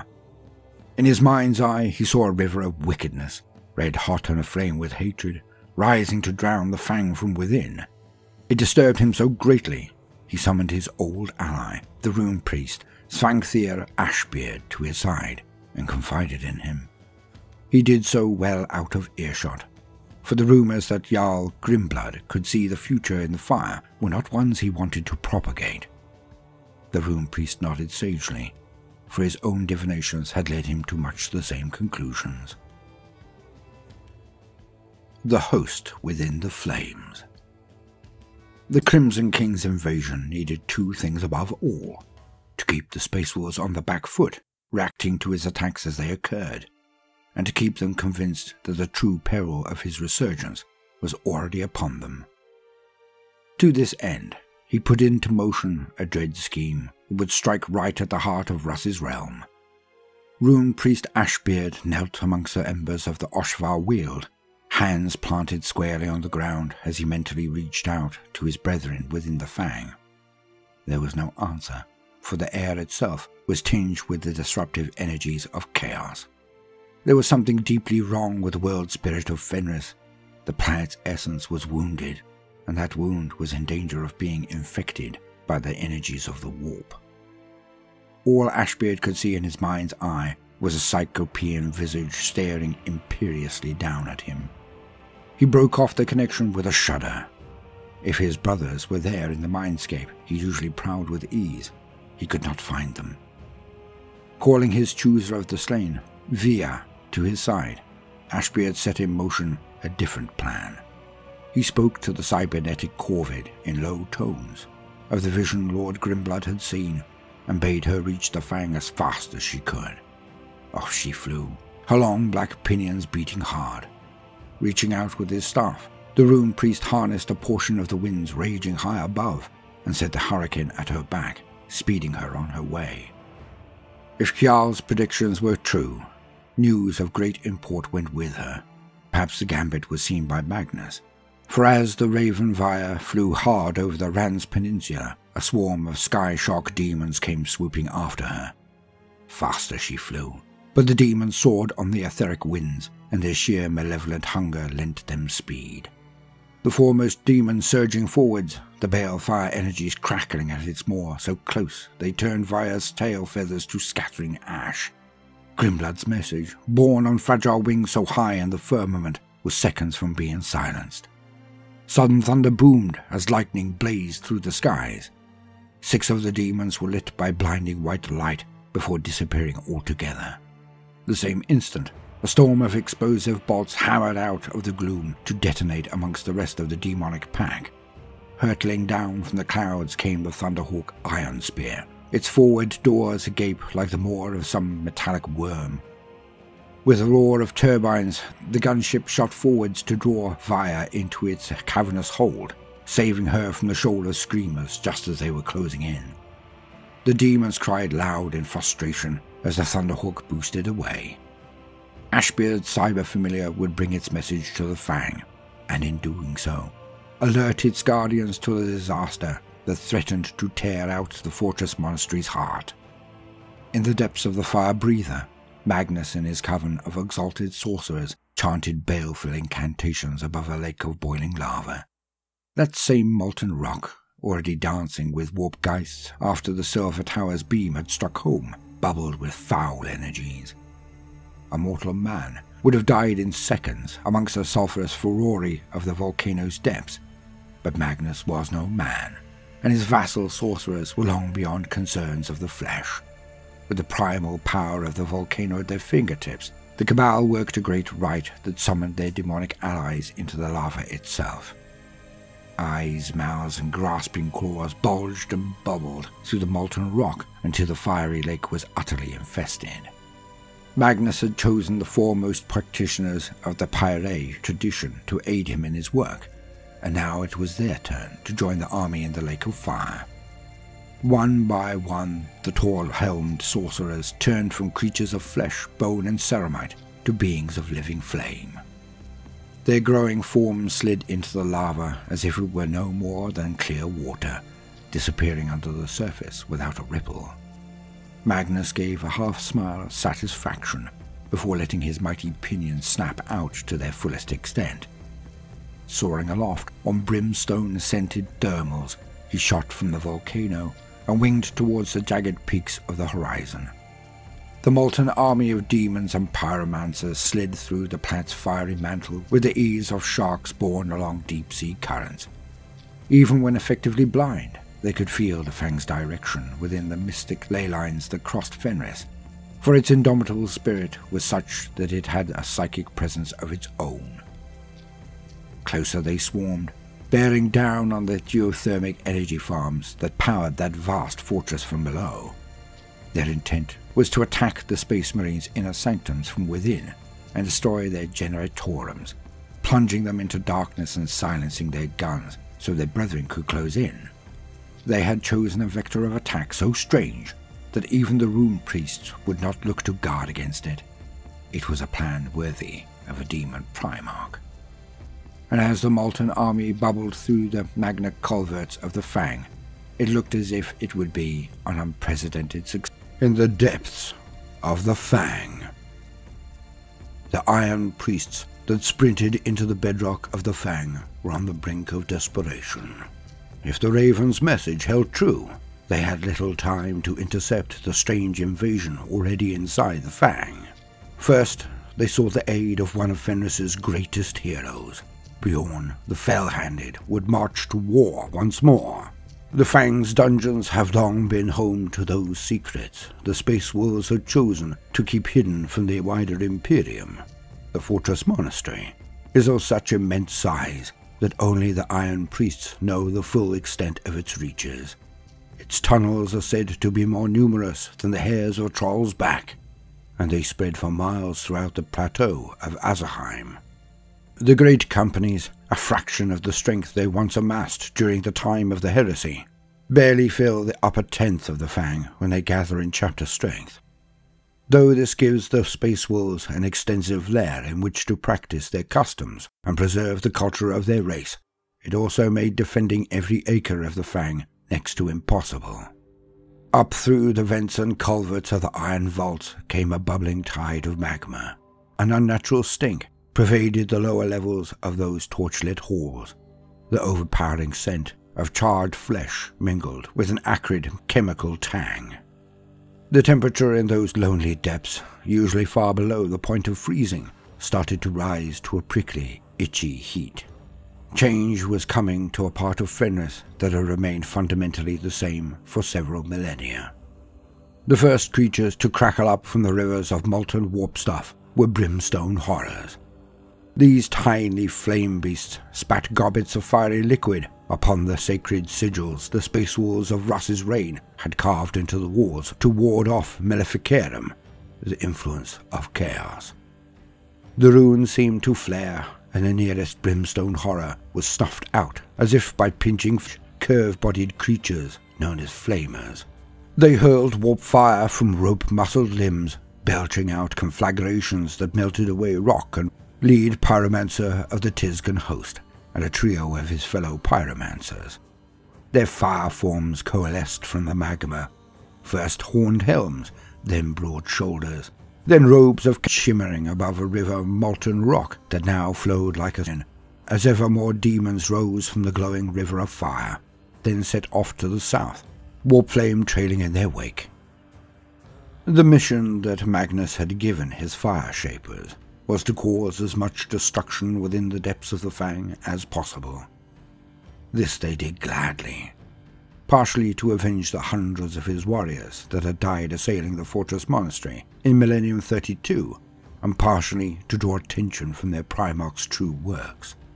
The flaming host grew ever, each glut of molten rock bearing with it and overload them. Should they be successful, the explosive carnage they sowed through the guts of the Fang would destabilize and weaken it from within. Better yet, with the engines crippled, it would plunge many of the Fang's defenses into darkness. With the fortress monastery's guns temporarily silenced, the Silver Towers and Magnus himself could close upon the Fang with impunity. To secure such a critical advantage would turn Magnus's ascendance into unassailable domination. On towards the halls of the dead they went, those crypt-like chambers where the heroes of the Space Wolves are revered and paid respect. When the exalted demon Ember Spite, a giant flamer swollen with the power of change, manifested in reality, the ancient tapestries and woodwork scenes adorning the walls burst into conflagrations of multicolored fire. The sagas they depicted took new shape to show long-dead Space Wolves at the mercy of those tyrants and monsters they had, in reality, killed in glory. Through the lower levels of the Fang's dungeons, the howls of gargoyle servitors rang out. Intruders walked freely, their message said, bringing their unnatural light to the cold and blessed darkness. Crom Dragongaze, having resumed his duties as Prime Castellan for the Fang after returning from the shattered fortress of Valdemani, was quick to take up his axe. He made haste to join the defenders on the lower levels. Meanwhile, the Iron Priests, warned against the trespass by Grimblood and the Raven Vire, gritted their fanged teeth and redoubled their efforts to bring to bear as many dreadnoughts as possible. 2 of their number were sent to the hidden lairs of the Wolfen. There was an army of Fenrisians down in the depths, and if they could but harness it, the intrusion could be stopped. Amongst the Iron Priests walked Lord Bran Redmore, his deep war howl calling the lost and the dreaming to wakefulness. With his helm at his side, the Wolf Lord could smell the distant tang of warp fire. Its violent stink grew stronger by the minute. Bran could feel his gorge rise as his senses rebelled, the beast within his soul straining to be set free in glorious savagery, but he kept his commands steady and strong. There were those in the dungeons of the Fang that, had he not done so, would have pounced upon him, and perhaps even ripped him apart. One after another, the vaults in the darkness were opened. Lord Redclaw's seal of authority, enough to cause even the rune-locked doors of the deepest jails to hiss open. Behind him, bestial shadows slunk upon the walls. Howls of bloodlust rang through the tunnels of the Fang as Bran led his secret army towards the vile scent of demonic invasion. In a parallel tunnel, far larger and adorned from floor to ceiling with runic script, the Iron Priests led a strike force of their own. Dust shook from the arched roof as the heavy tread of the colossi they had woken reverberated through the bedrock. With them came Crom Dragongaze, though he had ordered his Wolf Guard to direct the defense of the Fang in his absence. He still commanded a formidable strike force of Drakeslayers. The 2 parallel passages emerged in the cavern of the Fell-Handed, a vast and buttressed hall. Soon enough, Dragongaze and Redmore looked upon the Iron Priests and their dreadnought host. Valdrak Shieldsmith led the procession of walkers, nodding to the Wolf Lords as the 2 armies converged into one. Though he knew it must have been a trick of the light, Shieldsmith could have sworn he saw a faint smile upon Bran's weather-beaten features. Across the other side of the vast cavern, a river of corrupted magma boiled and churned towards them. Demons with shifting shapes danced and bounded above it, their cackling voices mingling with the crackling bursts of the flames. The flood of molten rock and its fiendish riders flowed out into the cavern like a delta to the sea, its passages guided and shaped by the pyromancers at its fore into a series of spear-like thrusts. Ranged against the warp flame host was a battle line of dreadnoughts, indomitable in body and undaunted in will. 70 and more stood against the demon invasion. That mighty assemblage anchored around the legendary Bjorn the Fell-Handed himself. As the last of the pyromancers entered the cavern, the ancient hero gave a battle cry so loud it echoed like a thunderclap. The Wulfen were the first to charge as ever. For a time, it was as if the fall of Tiska had been revisited. Flames leapt all around, and muscular figures loped and bounded into battle against the tall-helmed sorcerers of Magnus. Some of the Wulfen were the self-same warriors from the legendary Great Company of Jorin Bloodfang, lost in the timeless tides of the warp for 10 millennia. They had been recovered by the Great Companies, saved from the Sea of Stars and reintroduced to the chapter, only to be matched against the same warrior mystics they had pursued into the Eye of Terror so long ago. This time, Zarax and his fellow pyromancers were ready for them. With sweeping gestures of their staffs, they sent waves of horrors and screamers into battle. Though each demon was torn to shreds, hacked to bits or pulverized by the raging Wulfen, the gibbering warp spawn took their toll, incinerating age-old heroes and stabbing long-bladed knives into unprotected faces. The sorcerers, bought time by their minions, turned entire packs of Wulfen to scattering ash with their incantations. Yet the Wulfen's attack had itself bought time, and their own allies were close behind. Lair of the Entrance. The host of terrors that had burned through the lowest reaches of the Fang had been met in battle by massed ranks of the Wulfen. An army of living legends was close behind.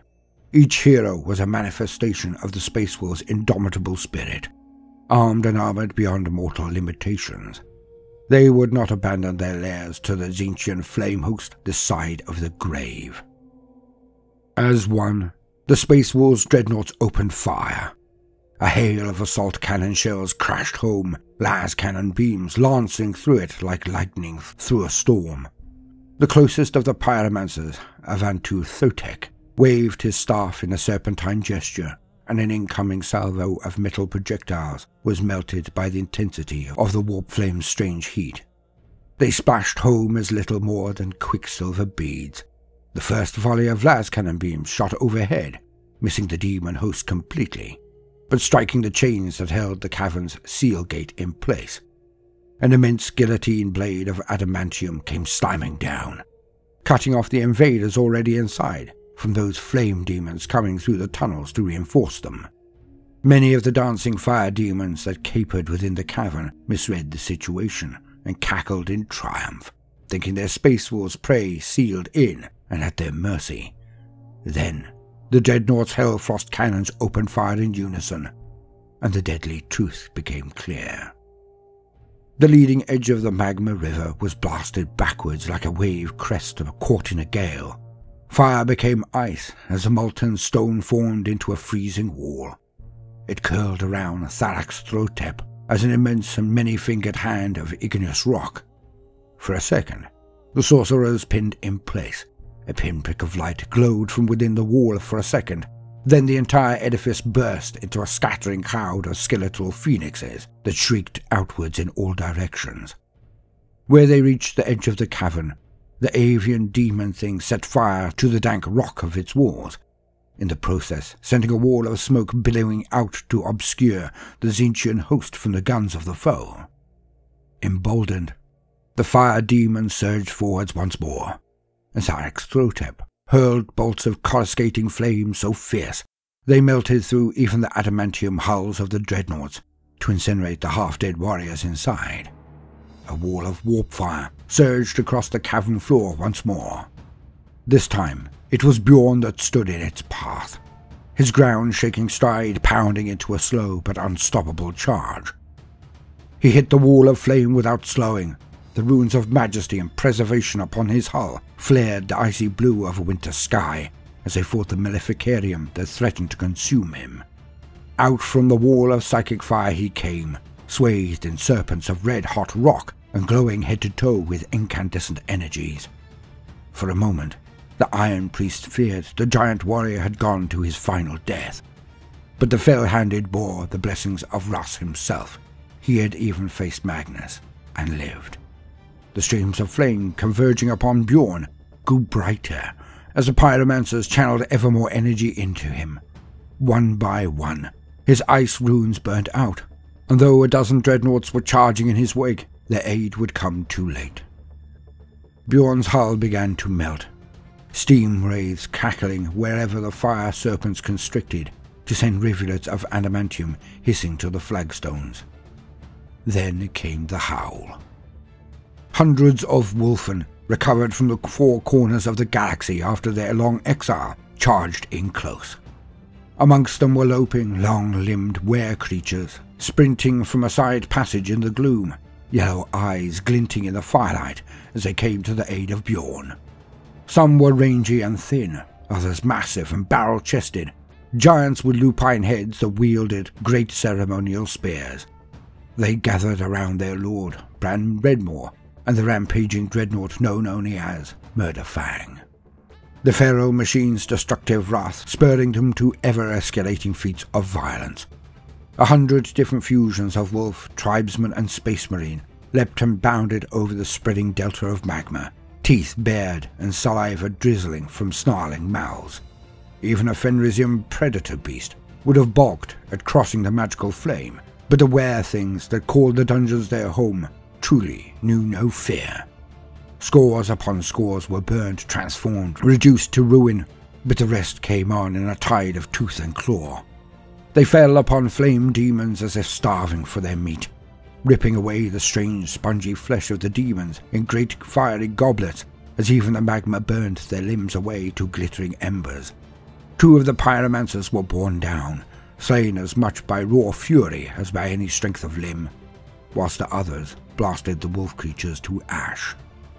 When the first wave of dreadnoughts hit home, powered gauntlet claws snapping, and it was the demon host's turn to die. A crushing, stamping wall of adamantium and fury, the army of entombed warriors barged their way through walls of mutative flame and knots of demonic horrors alike, until all that was left in their wake were puddles of burning ectoplasm.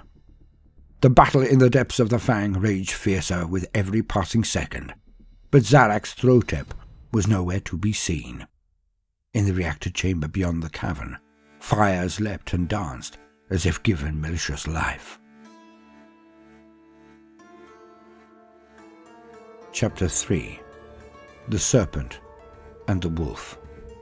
Return of a Legend. The High King of Fenris was lost under the surface of Midgardia, thought irretrievable, until Egil Ironwolf recovered part of his armor and coaxed the spirit within to reveal its master's location. It was Egil that led the teleport strike down to those coordinates, risking translocation into the Inferno, or even the bedrock of the planet's crust in the process. The Iron Wolves have ever been respectful to the machine spirits that serve them, and the Iron Priests attending the teleportarum knew their craft well. In a crackling dome of cerulean energy, Egil passed successfully into the stony heart of Midgardia. A macro-class teleport Homer clutched in his clawed gauntlets. After a short but desperate search in the darkness, he found Logan Grimnar and his Kingsguard digging their way meter by painstaking meter from the cavern of the Tetrarchs. Egil knelt before them, presenting the teleport Homer as a knight presenting a sword to his liege. Within the hour, the teleportation ritual was complete, and Lord Ironwolf and the High King stood upon the bridge of the All-Father's honor. Their stony expressions were lit from below by the fires of Midgardia's demise. The High King of Fenris had come through utter disaster, but through the ingenuity of Egil Ironwolf, he had been saved from the brink and was now where he belonged, at the forefront of the war effort. Within the stratagem of his flagship, Lord Grimnar surveyed the parchments and data slates that had reached them from the four corners of the Fenris system. Around him were ranged not only his champions, but also Lord Ironwolf, the remnants of his pack, and the Grey Knights of Grandmaster Valdar Oricon, who had teleported onto the bridge when the news of Midgardia's lingering demon taint had reached them. Grimnar's stern features, purpled by extensive bruising, set into a thunderous scowl. No ship thane or comms vassal dared approach within reach of his immense crimson axe. A hollow screen dominated the cylindrical stratagem hall, the amber light glowing from its vastness, playing across the weather-beaten features of the great wolf. He had one eye half closed, his face turned away. It was failure writ in the most graphic fashion imaginable. Failure to predict, failure to protect, and failure to wrest victory from an enemy lower than dirt. The sight seared his soul to the core. Sprawled across the stratagem screen was the stricken planet of Midgardia. Its surface was little more than a worldwide inferno, the colours of intense heat playing across it in its swirling waves that looked almost fluid from orbit. Egil Ironwolf had recounted to Lord Grimnar the details of the planet's fate. Its corruption had been deemed so total that the Imperial fleet amassed by the Supreme Grandmaster Azrael had delivered the ultimate sanction. The planet had been hit by barrage after barrage of missiles and launch strikes. The first salvo's warheads were laced with potent biotoxin that reduced all living matter, corrupted or not, to a sickening black mulch, and in doing so, filled the planet's atmosphere with combustible gases. The second salvo was comprised of fire sword missiles.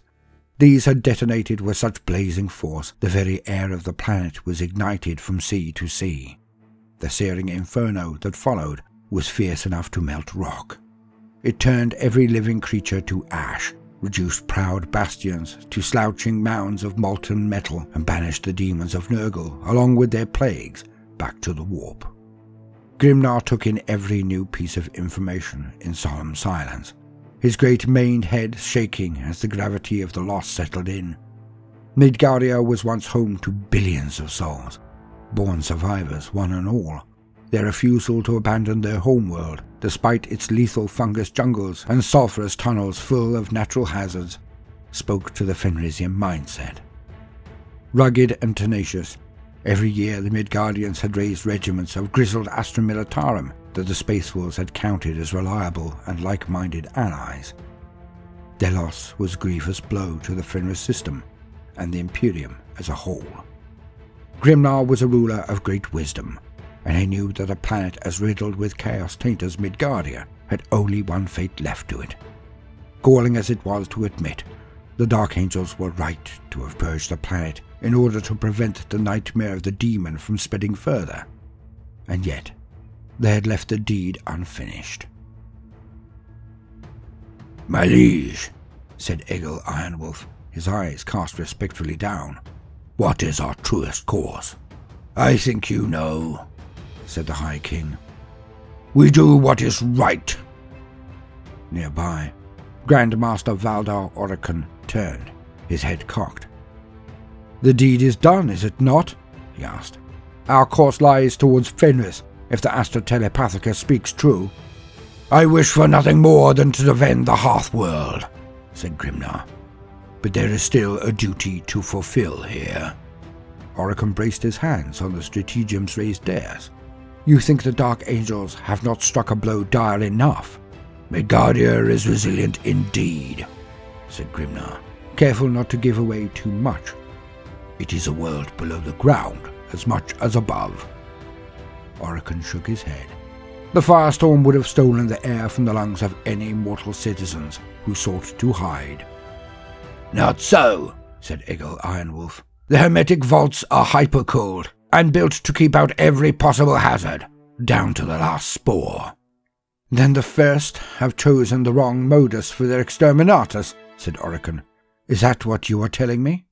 Grimnar met Ironwolf's gaze, His eyes narrowed like a predator stalking through a blizzard before turning back to Orokin. Indeed, there is no telling how many of those infected by Demon-Ken have escaped lockdown quarantine. His shoulders sagged, the weight of a planet's imminent death upon them. We must destroy the planet utterly, from the inside out. We must, agreed Orokin solemnly. It will take time to effect a core detonation, time we do not have. We have the warhead for it, said Grimnar. Morkai's Tooth, it is called. We have it aboard this very ship. So give your seal and fire it, replied the Grey Knight. It is not so easy, said Grimnar. To penetrate the crust, to trigger shattering, we would need to reopen the well of fire. That leads deep enough into the planet for the tooth to do its work. Orokin nodded slowly. Without adept presence upon the world itself, we would need to intervene directly. We would, said Egil, silence stretching around the stratagem, the only sound the susurration of auto-quills on parchment. Then we shall go with you, said Orokin. No need, said Logan Grimnar, shaking his head. But Orokin was already making ready, giving orders to his warriors. So be it, sighed the High King, turning to his champions with an iron determination in his eyes. We return to Midgardia in force. To slay a planet. The decision was made. The Space Wolves High Command would mastermind a pinpoint strike on the Grand Generatorum, a deep abyssal tunnel that siphoned energy from Midgardia's core. By opening the ancient gates that sealed it closed, they would pave a way for a killing thrust powerful enough to end the planet forever. With the authority of not only a Grey Knight Grand Master, but also a chapter master of Logan Grimnar's stature behind them, the mission commanders found it easy enough to requisition a dozen Thunderhawk gunships from the Imperial Navy. That mighty warplane was perhaps the only craft in the Imperium that could brave a firestorm like the one consuming Midgardia. The gunship's hull, laced with ceramite plating, was proof against even the most incandescent heat. Near vertically, they dived through low orbit to reach the thick layers of smoke that shrouded the planet, then plunged into the flames raging below. Within the hour, an elite force of space wolves shot across the planet's surface, the hulls of their insertion craft glowing cherry red with energies burning around them. They flew straight as an arrow towards the concentric walls of the Grand Generatorum, for here, speed was the best armor of all. On approach, Egil Ironwolf's personal Thunderhawk, the Greyclaw, let loose a howl of binaric cant so loud it was audible even over the roar of the Inferno. Precisely modulated to cow the machine spirits of the Generatorum's uppermost gate into obeisance, it had the desired effect. The dome-like structure opened like a flower, and amongst plumes of trailing flame, the Thunderhawks dived within. Inside was a scene of nightmarish potency. Masses of refugees had clearly swarmed into the macrostructure's interior in search of a safe haven, but they had been locked out by those who had sought shelter beforehand. They were right to have done so. Whatever plague the populace had brought with them had run rife, turning men to monstrosities of fungus, demon flesh, and scorched meat that had been pressure-cooked by the incendiary heat outside. The morass twitched and groaned at the approach of the Thunderhawks. The silvered gunship of Valdar Orokin opened fire, coming in low to disgorge its passengers. Even before they had disembarked, the Grey Knights blasted clear a landing zone with bolter, blade, and purifying flame. Egil's craft was not far behind. It emitted another howl, the vault lock in the ground irised open. The Space Wolves split off from the Grey Knights and were inside within moments, their Thunderhawks arrowing down through the vast copper coils of the Generatorum's throat. Time was against them, for in opening the vault lock, they had undone the underworld's main defense against the cataclysm without, but the Space Wolves had always excelled on the hunt. Scant minutes had passed before Grimnar's packs, having debarked from their Thunderhawks at a run, had located a cavernous antechamber filled with desperate, half-starved Midgardians. The sight of Grimnar himself was greeted with rapturous emotion. The eldest of the natives asked in reverent tones if a saga-born hero of legend, the right hand of the Emperor himself, had come to save them. The Great Wolf had little time for shows of subservience. In clear tones that brooked no argument, he mustered as many Midgardians as he could into the half-empty holds of his gunships. Egil Ironwolf, his Iron Priest hard at work on the Generatorum's Castellan matrix, triggered the cogitator imperatives that would open the rest of the colossal structure's abyssal pit before sending a voxnail to the Grey Knights fighting on the upper levels. The deed was done. It was time to withdraw and put Midgardia to the sword once and for all. The Thunderhawk gunships of Logan's expedition roared from the mouth of the Grand Generatorum as they spat skywards by the planet itself. Lent speed by the roaring thermals below, they hurtled into the skies, the heat of the planet's crust slowly replaced by the blessed cold of the heavens. Within a matter of hours, they had rejoined the Space Wolves' fleet. Citing their craft's aggravated machine spirits as the cause, the Fenrisian gunships debarked their passengers in a private docking bay, far away from the eyes of the Grey Knights. Reconvening upon the bridge of the All-Father's honor, Logan Grimnar met with Grandmaster Orokin once more. The Grey Knight refused Grimnar's offer of a warrior's handshake, but such was the profundity of the events about to transpire that none more was said. The fell deed would not wait forever. With a heavy heart, the chapter master of the Space Wolves gave the order for Morkai's tooth to be aligned with the open throat of the Grand Generatorum. Runic sigils were reflected in the sweat of Grimnar's brow, flickering their countdown as the vast weapon was made ready by indentured chain gangs in the Honor's guts. This far inside the gravity well of the Wolf's eye, a warp jump was extremely dangerous, and the Great Wolf had a feeling it would lead to certain death if they tried.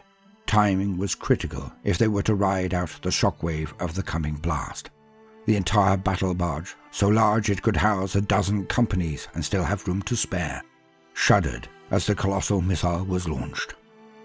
Perhaps some fell intelligence realized the Space Wolves' intent, for the Strategium's giant hololith screens showed a swarm of bloated fly things pouring up from the depths of that dark vault.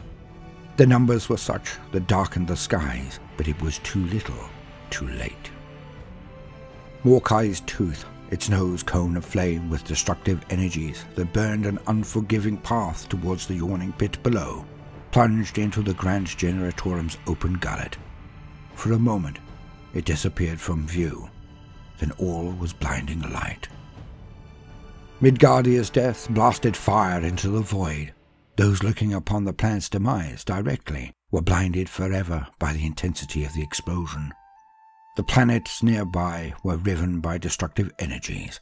Tidal waves, firestorms, and volcanic eruptions marked the end of entire geological eras. Fenris was buffeted by ever-expanding bow waves of force. Night turned to day by the intensity of the planet-killing blast. Midgardia had died in fire and violence, and the Imperium had been scarred forever by its loss. Forewarned of the brutal exterminatus event by Grimnar's priests, most of the Imperial fleet was able to ride out the colossal shockwave. The same could not be said of the Silver Towers that hung like suspended blades over the worlds that they had come to end. As the outward edge of Midgardia's death reached them, the citadels glowed brighter and brighter before winking out of existence entirely. Though it seemed too soon to rejoice after the death of one of humanity's worlds, many an Imperial commander smiled in mingled satisfaction and relief to see the impossible fortresses banished back to the Empyrean. For years to come, the whole system was subject to searing meteor swarms. These carved across the skies to crater the landscapes of all the worlds that had once gazed up at Midgardia in the night sky. It was said that the impact sites of these space-borne rocks were cursed, and that those who investigated them soon succumbed to a deathly wasting. Before long, the meteor showers were seen as coals from Morkai's dark fires, hurled from the underworld to set the fires of doom across the realms of men. Logan's rage. The world-shattering explosion caused by Morkai's eye saw Midgardia torn apart from the planetary core outward. The Fenris system had suffered a mortal wound. No joy could be found in the heart of Logan Grimnar when the news of Tzeentchian fleet's disappearance reached his ears.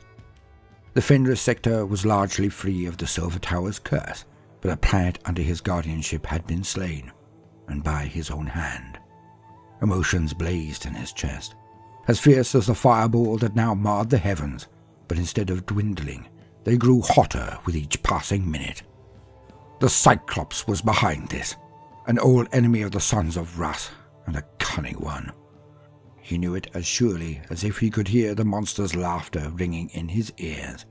To his dismay, his suspicions were confirmed when a missive psalm reached the Honor's strategium. A crimson giant walked Fenris, leaving destruction in its wake. Giving the order for all ahead full, Grimnar made for the engine decks, a trio of Iron Priests following him. The Great Wolf's determination to fight in person for his home world was so strident, so close to the edge of unreasoning rage, that every man and servitor in the Allfather's honor redoubled their effort to make as much haste as humanly possible. The orbit of Midgardia had taken it relatively close to the Death World that once protected it, and Logan's fleet reached its destination with impressive speed. No sooner had the Iron Priests sanctified their orbit than the invasion alarms rang out. Every Space Marine aboard the Honor scrambling for a teleportarum, hangar, or drop bay. The revenge of the Great Wolf was close at hand. The works of Magnus. The mind of the Crimson King is inestimable and labyrinthine, a whirling vortex of fractal possibilities and dizzying dreams of change. He had not one plan of conquest in full flow, but several, and many of them were reaching fruition. Doom had come to Fenris in no small measure. The Crimson King found the demise of Midgardia to be endlessly entertaining, a fitting reward for those who venerated the hypocrite sons of Russ. Deep within his spiteful soul, there was still a part of the demon Primarch that found the idea of bringing about Exterminatus a horrifying concept on some level, though he was well used to quashing such feelings. His actions had caused billions of innocent souls to die in agony, something that the Primarch would once have carried as a mark of shame to his grave. The greater part of the demon Primarch's being, however, found little more than a swell of satisfaction that the next stage of his plan was complete. Long ago, whilst forging alliances and moving the pieces of his grand plan into place, Magnus had made a pact with his brother in darkness, Mortarion. Mortarion was the Primarch of the Death Guard, lord of the feculent hell-world Barbarous, and favoured by the Plague God. He had dared refer to himself as the Crimson King's equal, and had even spoken against him in a former life. Magnus had not forgotten that slight, but for his great work to succeed, he needed allies. A bargain had been struck deep within the Eye of Terror. The cadaverous Mortarion had agreed to send one of his choicest entropic diseases and an endless legion to carry it in order to hasten the conquest of the Fenris system. In return, Magnus had sworn that Mortarion could claim any planet under the Wolf's Eye in the name of Nurgle, any other than Fenris itself, for that already bore the mark of Tzeentch upon it. The fungal reaches of Midgardia were a natural choice. With a few pandemics sown through its jungles, the planet would make a pleasing annex to Nurgle's garden. By the time Morkai's tooth had been launched towards Midgardia, the planet was all but consumed by the vileness of Nurgle's realm. But the prize had been snatched away from the Plague Lord's clutches at the last, detonated spectacularly in an act of cosmic sacrifice. But that was not Magnus's fault, of course. Whether Mortarion and his agents could hold on to their new territory was their own lookout. Such devil's bargains had always been meat and drink to Magnus's master, the architect of fate. This twist in events was especially welcome because it discomfited Tzeentch's eternal rival, the Lord of Plagues. So the great game had ever been played. Compared to the true aftermath of Midgardia's spectacular demise, the damage wrought to Nurgle's annex was all but irrelevant. The death of a world is an event of terrible psychic magnitude, for the swan song of several billion souls is sweet music indeed to one empowered by strife. When that fell deed was in essence a gross betrayal, the deliberate act of the Protector slaying those he had sworn to protect, the psychic energy was all the more potent. Should a practitioner of the Eldritch arts harness that tempest of emotion, capturing the shock wave of energy that exposed through the warp, he would have power enough to change the galaxy. Magnus the Red had ensured he would do just that. Not by accident had the Crimson King sent his exalted sorcerers into the cold depths of space. The silver towers that blighted the Fenris sector from end to end, arranged into a complex metaphysical pattern that echoed that of Magnus's celestial orrery, were ready and waiting when Midgardia met its end. As a physical blast of the Space Wolves' planet-shattering extermination roared towards them, the silver towers had harnessed the tidal wave of psychic energy that came before it. Brighter and brighter they had shone, until the physical dimension could hold them no longer. At the apex of their psychic harvest, they winked out of existence and returned to orbit the sorcerer's orb they called home.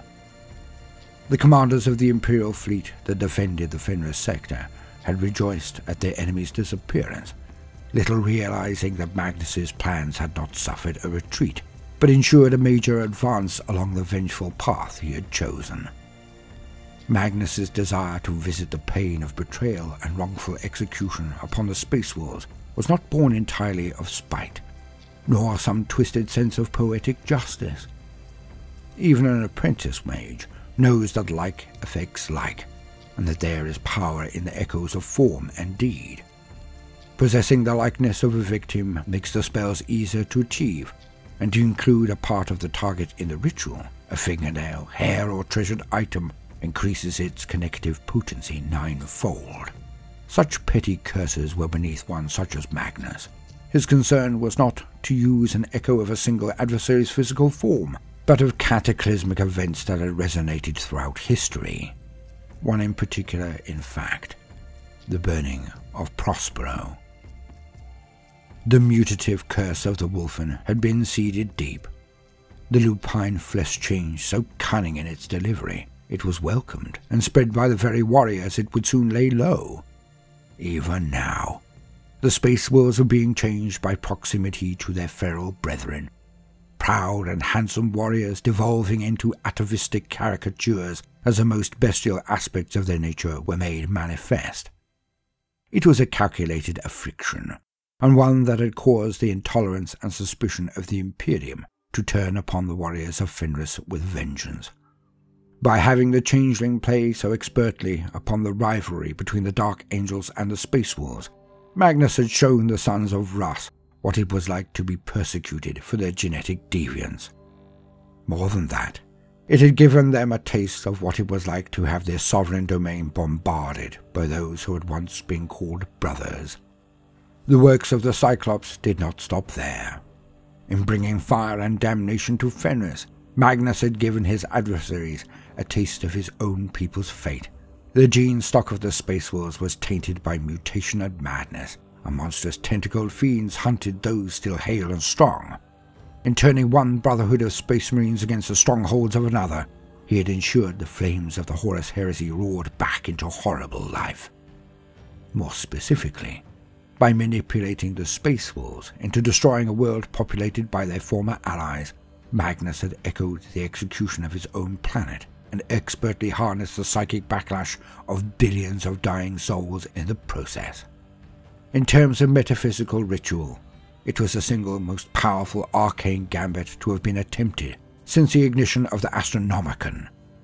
With the destruction of Midgardia harnessed by the Silver Towers, it had been an unqualified success. All was in readiness for the final act. The blue scribes grovelled and whimpered, tiny in stature next to the towering colossus they served. They talked over one another in their frantic need to please as they shovelled forward scrolls, grimoires, and illuminated manuscripts. "It is all here, then," said Magnus. "You did as I commanded?" "Yes, O Lord of Fates arising," said Pictarix. "All sorceries of man's devising, that angel's hoard was quite surprising." "Forgive our lateness, if you please," said Zeratep, genuflecting dramatically. "To carry such a load plays havoc with the knees." Magnus passed his great glaive over the assembled arcana. Relic by relic, the hoard turned to strangely scented mist. The miasma wreathed him in a shielding aura of pale light. "Inspired to shield against the arcane," said Pictarix. "Not all mankind is so mundane." "Silence," said Magnus, "lest I hurl you into the well of eternity." "Aye!" shouted Zeratep and Pictarix as one, grabbing each other in fear. Magnus grimaced and opened a fist. The eye in his palm stared, and the demons turned to motes of blue light. "Back to your toil, scribes," said Magnus. "It is time to end this." The Sons of Fenris. The claws of rust scarred the skies once more, as wave after wave of drop pods thundered down to earth. This time they came not to conquer, but to reclaim. Logan Grimnar was first to the fray, his wrath a howl upon the wind. Pack after pack of Wolfguard drove the charge home into the traitorous legion that trespassed upon their world. Waves of insertion craft shot from the skies, making haste to the magma-flooded coastline that the Wolf Lords were calling Burning Lake. There was the greatest concentration of Thousand Suns, and hence there was the target for the Great Wolf's raging vengeance. The traitors were making a massed advance upon the Wolf's Gullet, a grand chasm said to lead to the heart of Fenris itself. The Fang had been rendered silent, for though the pyromancer invasion that boiled through its dungeons had been repelled at the last, their war fires had still done serious damage to the reactors in the lower levels. The armoured companies of Egil Ironwolf and the headstrong warriors of Sven Bloodhowl were closing in fast. Even Grandmaster Oricon's Grey Knights were inbound after being alerted to the demonic presence gathering near the Fang. The champions of Fenris were closest to the site, more than ready for retribution. Grimnar knew not what the Thousand Suns intended. His suspicions were that ritual magic would be involved, but in truth it mattered little. The presence of Chaos worshippers gathered in force upon Azerheim was reason enough for the kill strike. The vanguard of the Space War's attack was driven into the body of the enemy like a broad-bladed spear. Swathed in a blizzard of ash and embers conjured by his rune priests, Grimnar led the charge upon his chariot, Storm Rider. Many an eldritch bolt was turned aside by that ancient relic's force field. Too many others sent grey-armoured warriors toppling back from their saddles before the charge hit home, their battle plate melted away and their flesh mutating. But it was a price inescapable if the Space Wolves were to reach the deadly cut and thrust of the melee. Grimnar's way was to strike swiftly and without mercy. Thunderwolf riders kept the pace, whilst grizzled Wolfguard and howling packs of Wolfen debarked from speeding Stormfang gunships to charge forward in their wake. Flashes of blue and gold armour span through the firestorm as 1,000 suns were dismembered, decapitated, and stamped into the slush-slicked ice. Many of the golem-like warriors got back up, ripping and tearing with curled fingers where bolts were damaged beyond repair, and for a moment it seemed as if Logan's charge had stalled. Then came the fire howlers, and the deadlock was broken wide open. The initial push had seen the 1,000 suns turned at bay, as Grimnar had known it would. They had little choice, for he had deliberately trapped them upon the shores of Burning Lake. The sorcerers in command of the automaton army had sped their warriors out, taking the force of Grimnar's charge into their midst while moving around the flank. In doing so, they had turned their backs to the west and invited Sven Bloodhowl to strike home at full strength. It was as sound a trap as any wolf pack had executed, but against foes as strange as 1,000 suns, it was not enough. The sorcerers amidst the traitors incanted a ritual that blistered the air around them. The heat geists they conjured, flocking outwards to brush against every one of their minions. Grimnar growled loud as they fell back onto the burning lake itself, walking upon the lava as if it were solid ground. The Space Wolves, slashing their way through the enemy ranks, came up short upon the flaming shores, firing their bolt pistols at the Thousand Suns, stepping backwards to walk upon the seas of flame. The volleys of return fire were punishing in the extreme. It was becoming obvious that it was not the Space Wolves who was closing the jaws of a trap, but their adversaries. Hero after Fenrisian hero was flung back into the midst of his battle brothers, chest agape or headless, necks spurting gouts of blood. Grimnar's champions died alongside Sven's fire howlers, their sagas cut short by an enemy that laughed at the laws of nature and reason. It is not the way of the Space Wolves to yield in the face of adversity. Though they realized that they were outmatched in a firefight with the Thousand Suns, they crouched down, turned their shoulders into the fusillade, and returned fire as best they could. All knew that Grimnar's blood was boiling, but he was no fool, and had chosen his warriors well. The fire howlers had long had a fascination with fire. During their feasts they eat, breathe, and walk on flame, for they believe a true warrior proves his mastery over that which burns. Named for the fire-breather volcano, they had long incorporated lava into their rituals, and they fear it not. Grinning fiercely, Sven Bloodhowl sent forth squadrons of anti-grav land speeders that ploughed furrows into the lake of fire as they sent hissing melter bombs at the foe. Even the ensorcelled Rubicae melted away like tallow in the face of such fearsome weaponry. As 1,000 Suns tracked their airborne packs with their bolters and rotary cannons, Sven and his Wolfguard led a jump-pack strike upon the 1,000 Suns nearest the lava lake's shoreline. Together with their remaining Skyclaws, they hurtled over the crackling sea of molten rock to slam into the Rubicae, and then leap backwards in a blast of turbine to reach the shore once more.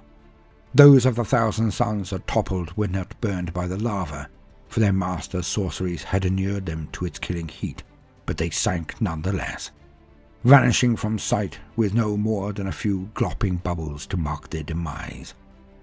The exalted sorcerers commanding the army of automatons soared above the fray, borne aloft on blade-edged discs of Tzeentch that negotiated the fiery thermals as if they were cool zephyrs. One sorcerer hurled crackling bolts of pink energy that blasted one land speeder after another to scrap metal. Another threw helixes of warp light that caused their victims to simply wink out of existence. A third threw gobbets of corrosive blood at the Space Wolves on the shoreline, each splash of crimson eating away at the exposed flesh like concentrated vitriol. Every volley sent their way was swiftly dissipated by a glimmering shield of force. The Space Wolves' death toll was rising with every passing second. So large was the 1,000 Suns' army amassed on the shore that not all of them had reached their muster point over the lake of lava. A thick knot of Space Wolves was hacking its way into the midst of 1,000 Suns' strong point when Logan Grimnar saw something that snatched his breath from his lungs. A giant amongst men, clad in slate grey and gold, his blonde mane flowing in the hot breeze, his sword sang as he killed and killed. Explosions of azure energy erupting around him with every thrust and sweep. For a moment, the apparition made Grimnar's gaze. "This is your world, my son. Use its bite." Then the vision was gone. Part of Grimnar's soul sang nonetheless. It was Leman Russ he had seen. He was sure of it. And he knew what to do. With a long and piercing howl, the High King of Fenris cut a path to the north. The Lake of Fire. A bubbling, churning sea of lava stood before Grimnar at the heart of the Wolf's Gullet, where the focus of an eons-long vendetta threatened to conquer his world completely. Even should he somehow cross that deadly lake of fire, the warriors ranged against the great wolf and his champions were possessed of immortal power, and would not yield easily. Logan Grimnar fought like a force of nature. Braided hair and wolfskin mantle were caught in the spark-strewn winds as he drove ever forwards into his hated enemies. The axe of Morkai, a trophy taken from a slain World Eater's champion, rose and fell. for once. Its blood-hungry blade did not hiss and bubble with vital fluids, but instead was swathed by a filigree of lightning and dust, the sole remnants of the cursed Rubricae he left dismembered in his wake. Then the great wolf's chariot slewed to a halt, icy mush spraying from the great paws of the beast at its fore. Stormrider had reached the edge of the lava sea, and with the rest of the Thousand Suns walking atop its molten crest as if it were solid ground, Grimnar and his champions of Fenris had simply run out of foes to kill. Grimnar ground his teeth, loath to turn back. Circumventing the lava sea would take the best part of a day, and that was time he did not have. The great wolf was driven by a desperate sense of urgency. He had seen the Primarch in the flesh, fighting alongside his sons. What more proof did they need that the wolf time was upon them? Magnus fouled Azarheim with his presence already. He could taste the fiend's eldritch stink upon the air, even though he could not see him. Fenris was all but in the Crimson King's thrall. If the sons of Russ were to turn the plant's might against him, it had to be done soon. Then came the answer to Grimnar's summons. Coming in low through the smoke came 3 entire squadrons of Stormfang gunships, their turbines roaring loud. Land speeders flew escort duty around them, assault cannons sending bullets that sprayed lava as they tracked into a gun line of Thousand Suns. Within a matter of seconds, a half-dozen Rubricae were cut down, but their companions did not so much as flinch. Calmly, they turned and tracked the Space Wolves' aircraft as they strafed, Soul Reaper cannons tearing the land speeders out of the sky in explosions of mangled metal. The Terminator-armored traitors upon the lava sea sent missiles streaking out to detonate hard upon the prow of each of the mighty vessels. In places, the stricken gunships peeled off, lest the force of their own momentum tear them apart. The others held true to their course, so low to the packed ice that Grimnar reflexively ducked as they shot overhead.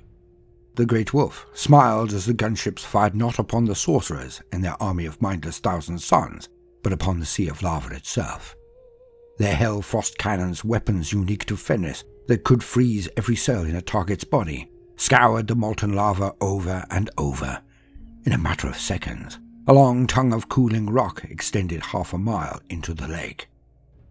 Grimnar was already hurtling along the impromptu causeway, his wolf guard and their wolfen wards close at his heels. The Thousand Suns reacted slowly, too slowly. With a howl of triumph, Grimnar was amongst them once more, his great axe ending the cursed existences of the ancient traitors one after another. The champions of Fenris ran hard in his wake, their Terminator armor proof against the infernal ammunition of their lifeless foes. Arjak Rockfist led the charge, slamming his anvil shield into the nearest Rubric marine with such force the automaton came apart in a clatter of armored plates.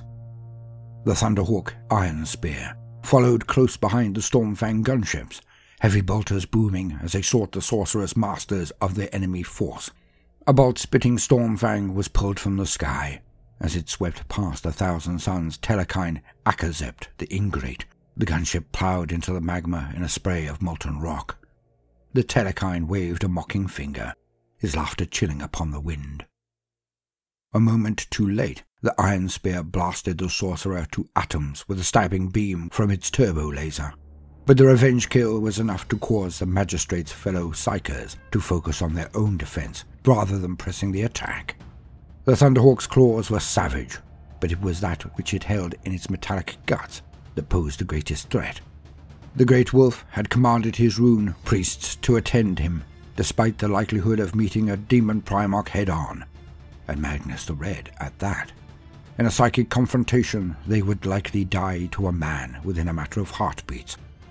They had come to his call nonetheless. It was well that they did. Though Grimnar's charge had seen him drive a deadly assault into the Thousand Suns' army and lay low several of the sorcerers that focused its animus, it was supported only by land speeders, gunships, and speculative fire from distant Longfangs. With gathering pace, the Thousand Suns converged upon the still-cooling causeway, its rock plinking and cracking as the warring temperatures of fire and ice threatened to break it apart. A trio of disc-riding sorcerers, their altitude putting them out of reach of Grimnar's bold thrust, realized the great wolf sought to fight past their bulwark to the shores beyond.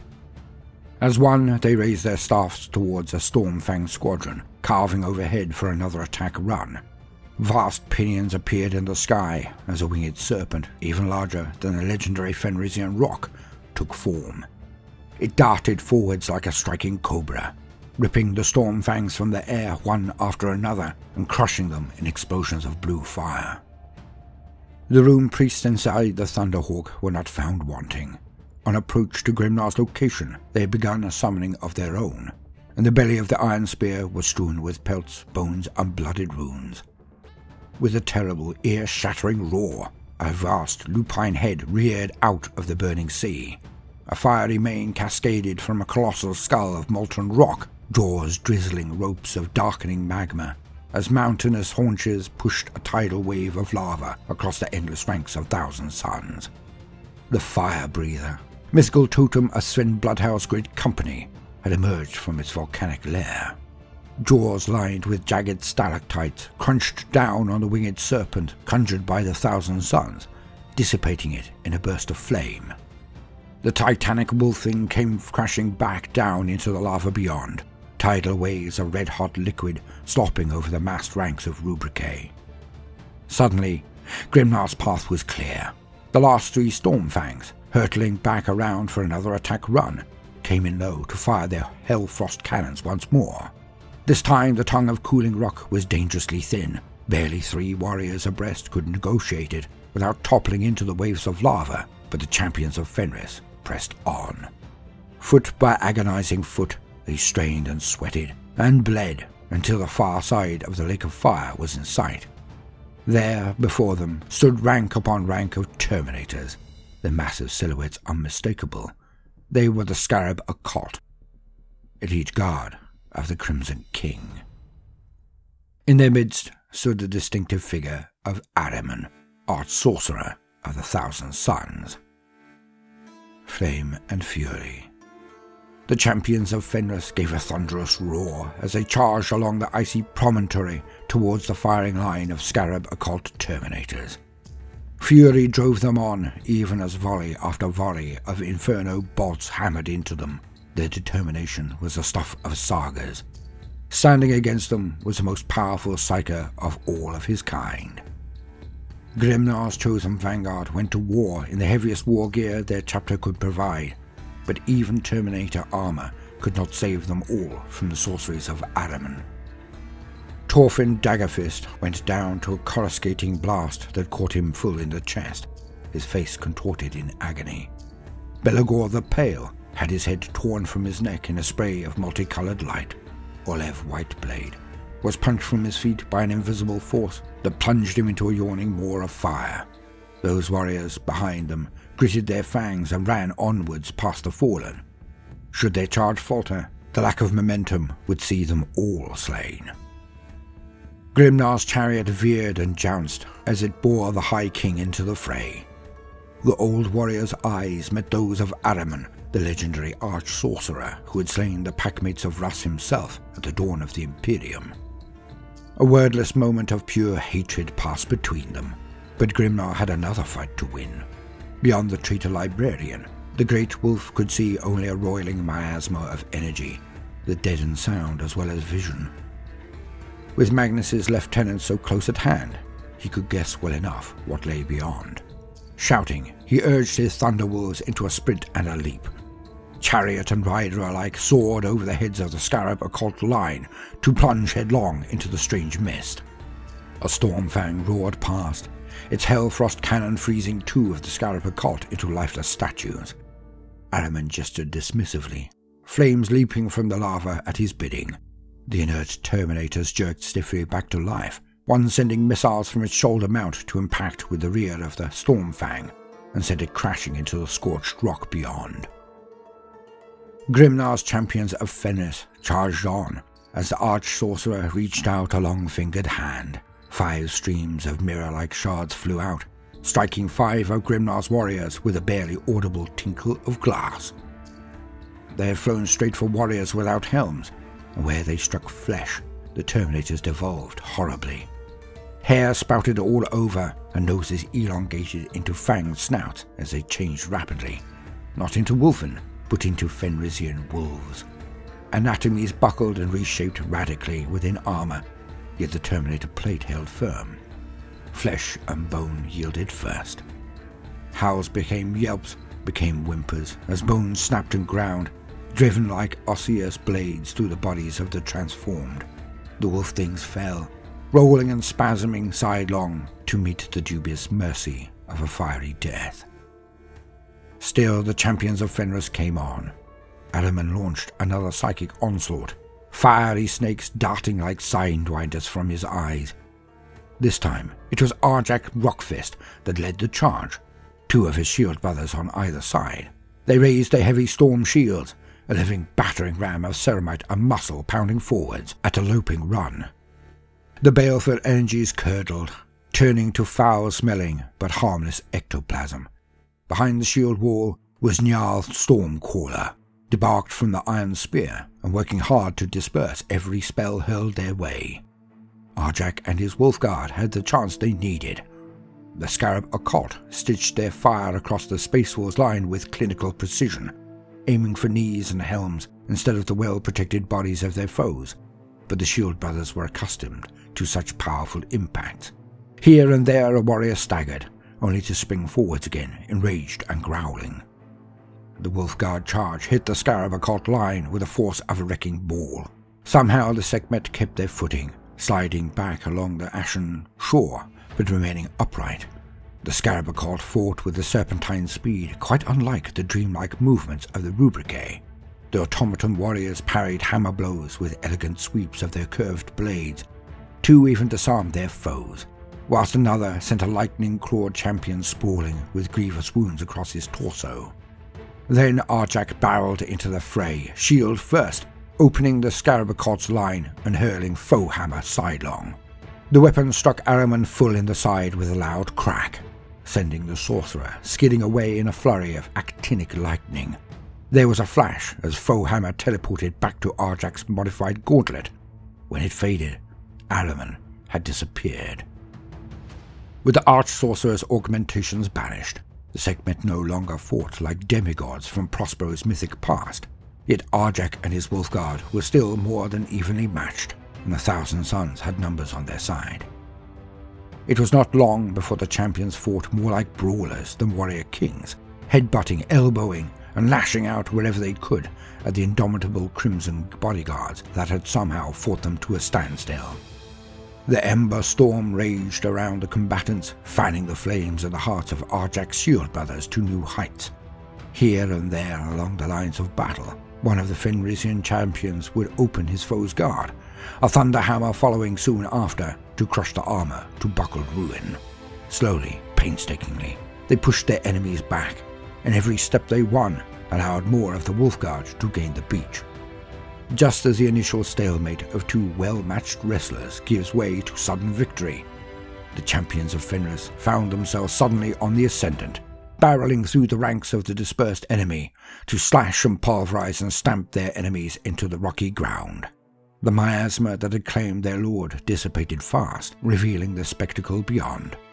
The sight that greeted them ravaged the sanity of all who witnessed it. Magnus Ascendant. At the vast chasms of the Wolf's Gullet, the war for Fenris's heart was in full flow. With the sudden disappearance of the Silver Towers and rumours of Logan Grimnar's champions taking the fight to Azerheim, the most mobile great companies had reacted with the speed of predators on the hunt. What they found was deadlier than any had anticipated. As the champions of Fenris fought Ahriman's undying legions, their battle brothers converged upon the Wolf's Gullet. Egil Ironwolf had pushed every one of his war machines to the limit in order to reach it at its critical hour. Attacking from the north after being redeployed by Bulk Lander, he launched his attack at the fore of a Land Raider spearhead, his armoured columns grinding across Azerheim's packed ice in great sprays of melting snow. He did not come alone, for the surviving members of the Midgardian Defence Force rode with him in the tanks of the Astra Militarum, and from the mountain of Trials in the west Harald Deathwolf rode at the head of the largest wolf pack Fenris had ever seen. Both the Iron Wolves and the Death Wolves had been embroiled in vicious and close-fought combat with invaders hailing from the Silver Towers that had rained fire upon their home world. Their wolf lords had suspected trickery when those floating citadels had glowed dazzling white and then simply vanished, leaving their ground forces at the mercy of the resurgent space wolves. Their fears were soon confirmed via Vox Cascade with the Fang. The phenomenon was a false retreat, and Magnus's invaders had been sighted upon Azerheim.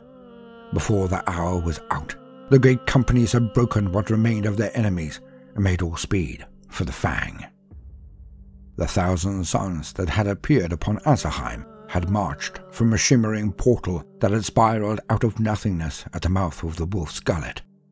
With the Fang robbed of power by the battle in its dungeons, there had been little in the way to intercept the legion of automatons that had marched out.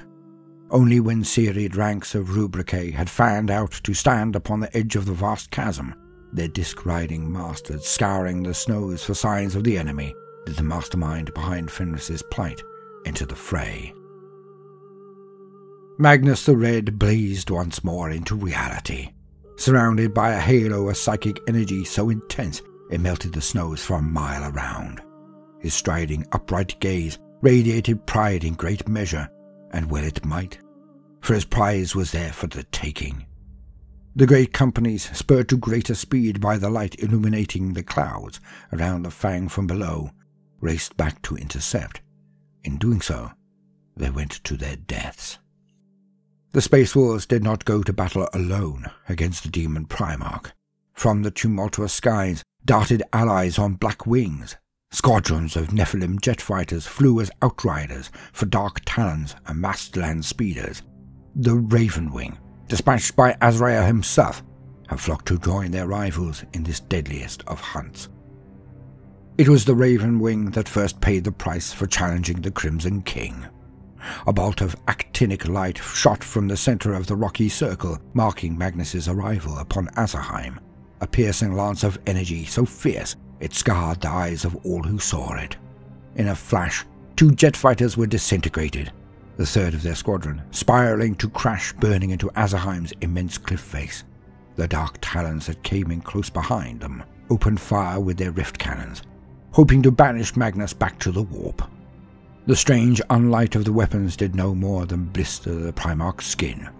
With a snap of his wings, he sprang into the air, whipping his immense staff around him to send an airborne tsunami of psychic energy crackling out. Where it struck home, the Dark Talons were turned to black marble laced with seams of the pilot's flesh. They arced, then plummeted, plunging one after another into the boiling morass of corrupted lava at the base of the Wolf's Gullet. By the time the aircraft struck the lava, Magnus had already landed deftly upon the chasm's edge, like some titanic gargoyle. His booming chant echoing across the ice fields, those who heard the words firsthand felt an itchy agony blossoming across their skin, as if they were being poisoned by serpents that had materialized within arteries and veins. The Death Wolves were the next to brave a headlong charge, but their attack did not go unsupported. The Ravenwing had jettisoned a set of teleport homers as they soared across the ice, and the devices still winked steadily in the snow. Their call was answered not by warriors of the First, but by the Third Brotherhood of the Grey Knights, demon slayers beyond compare. In a perfect hexagrammatic dispersal they materialized, not more than a stone's throw from the demon Primarch that they had come to slay.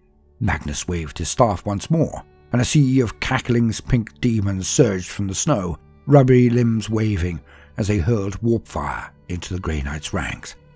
Many of the incorruptible heroes fell, turned to crystal prisons with their souls trapped visibly inside them. The others fought with the fury of the Emperor enraged, their nemesis force weapons carving apart horror after horror. Step by step they hacked a path towards Magnus, the incantation summoning waves of white fire that banished the minor demons that sought to slay them. Only when a flight of burning chariots roared overhead, demons spilled from the fire they left in their wake, was Grandmaster Oricon's force all but buried in their enemies. Their advance slowed to a crawl, then stopped altogether. Just as it seemed the warriors of Titan were to be overwhelmed by the tide of gibbering demons that cascaded towards them, the charge of the Death Wolves hit home. Such was their momentum that neither Wolf nor Space Marine had time to think about the nature of the foe they faced. There was simply the kill at Hunt's End, and the reclamation of the planet that was rightfully theirs. For a time, the horrors were pushed back in cacophonic disorder. Viewed from above, it was as if a river of grey and white-furred bodies pushed back a sickly pink tide. Then the crest of the demon waves turned from pink to blue, and that tide pushed back. Hundreds of wolves and wolf riders were slain, consumed by warp fire or drowned by the enormous press of demon flesh that came against them. Through the sea of demonic terror waited no less than 5 Nemesis Dreadknights of Titan. Built to fight the kings of the Immaterium on equal terms, the pilots of the Grey Walkers made short work of the cackling rabble massing around them. Moving in rough lockstep, the Grey Knights piloting the Dreadknights from their harnesses, stamped and crushed with their silver exoskeletons, even as they slew with rune-etched blades and heavy psi cannons. The horrors threw every possible change spell and flame curse they could muster, but their magic found no purchase on the blessed metal of the Dreadknights. In their success against the demon hordes, they drew the attention of Magnus, and thereby sealed their doom. A mind-altering blur of colours shot from the Crimson King's cyclopean eye. The beam of warp energy was so concentrated that it could not be constrained to a single dimension, and 1,000 tiny, familiar spirits flew outwards and into the heavens as the beam carved across the battle line. In its grievous potency, it annihilated demons and Dreadknights alike. With a single pass of his bloodshot orb, Magnus had wreaked the most fundamental of changes upon his challengers. Wherefore heroes of the Imperium had strode to meet him. Now there was only scorched air and the lingering echoes of screams. The 5th Dreadknight, their leader, was not so lucky. He had been transformed into a giant of bone and silvered cogs. The pilot was now little more than a demented marionette, jerked aloft by his own bloody sinews from his machine's pistoning fingers. The destruction of 5 of Titan's most prized assets was beyond countenance. High above the Fang, the masterfully built spacecraft of the Grey Knights chapter remote scried the location of the Demon Primarch, calibrated their weapon batteries, and fired. Searing ruby-red beams shot from the heavens, all 4 converging upon the same point as the gunners of the Grey Knights fleet brought their deadliest weapons to bear. By rights, they should have reduced Magnus to a steaming crater. In truth, they did little more than drive him to his knees. A hemisphere of invisible force protecting him from physical attack, no matter how powerful. The Demon Primarch rose, laughing cruelly at the impotence of the Imperial Order founded to slay his kind. The rune-casting psychers of Logan's great company gathered around Jarl Stormcaller, but did not despair. They sent bolts of psychic lightning, ghostly tempests, and blizzards of razored ice knives that flayed to the bone the Zangors cavorting around their master's feet. Yet none of their runic witchery even touched the Crimson King. If anything, Magnus seemed larger and more powerful than before the first salvo had been fired. The Crimson King's laughter grew louder. Though he now hovered, wings beating slowly above the wolf's gullet, his voice sounded as if he were mere inches from the ear of all who witnessed him. Those who looked upon him directly did so with needles of pain stabbing their minds, for he glowed almost too bright to bear. With Njal leading their chants, the most powerful of Fenris's rune priests joined their might once more. Slowly, the vast chasm of the gullet closed upon Magnus, its rocky edges like the jagged teeth of the world wolf itself.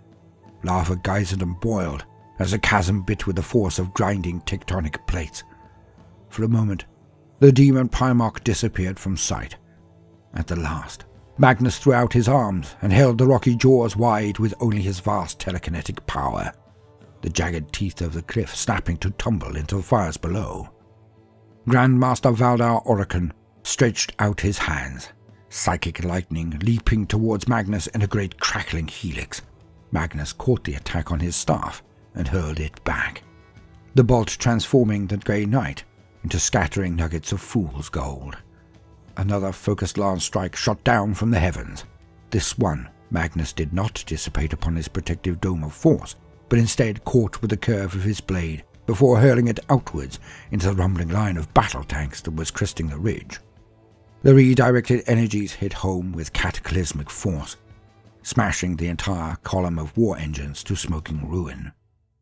Then Magnus reached upwards, the eye in his palm blinking once as it focused on the spacecraft high above. Uttering a low chant, the Crimson King extended his telekinetic mastery until it soared into the stratosphere and beyond. Space Wolf, Dark Angel, and Grey Knight alike stood aghast as the sky was lit with expanding coronas of fire. Those Space Marines who auto-viewed the blazing phenomena witnessed battle barges and strike cruisers crashing into one another as if flung by some godly hand, their reactors overloading a moment later to throw all of Azerheim into a stark monochromatic light. Fenris had a new monarch, and he was mighty indeed.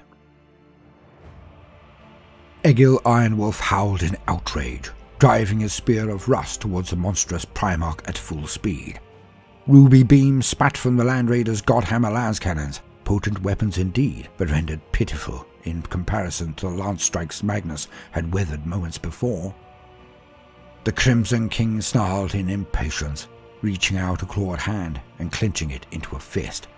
Egil Ironwolf leapt clear as his armoured steed was crushed by an invisible force, buckling like a paper sculpture in an armoured gauntlet. The Wolf Lord took up a lascannon from a dead Longfang and knelt into a sniper's crouch, sending a dead-eye shot stabbing in towards Magnus's eye.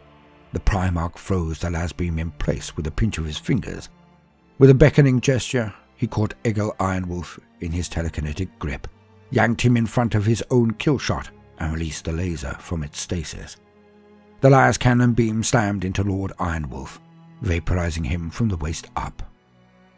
It was an ignominious end to a mighty saga, but it had bought Logan Grimnar the time he needed. Jumping from Stormrider at the edge of the chasm, the great wolf called out a mighty challenge. Magnus turned, a sneer of disdain on his cyclopean features. No mortal weapon could harm him, and thanks to the work of the Blue Scribes, neither could the enchanted relics of the Imperium.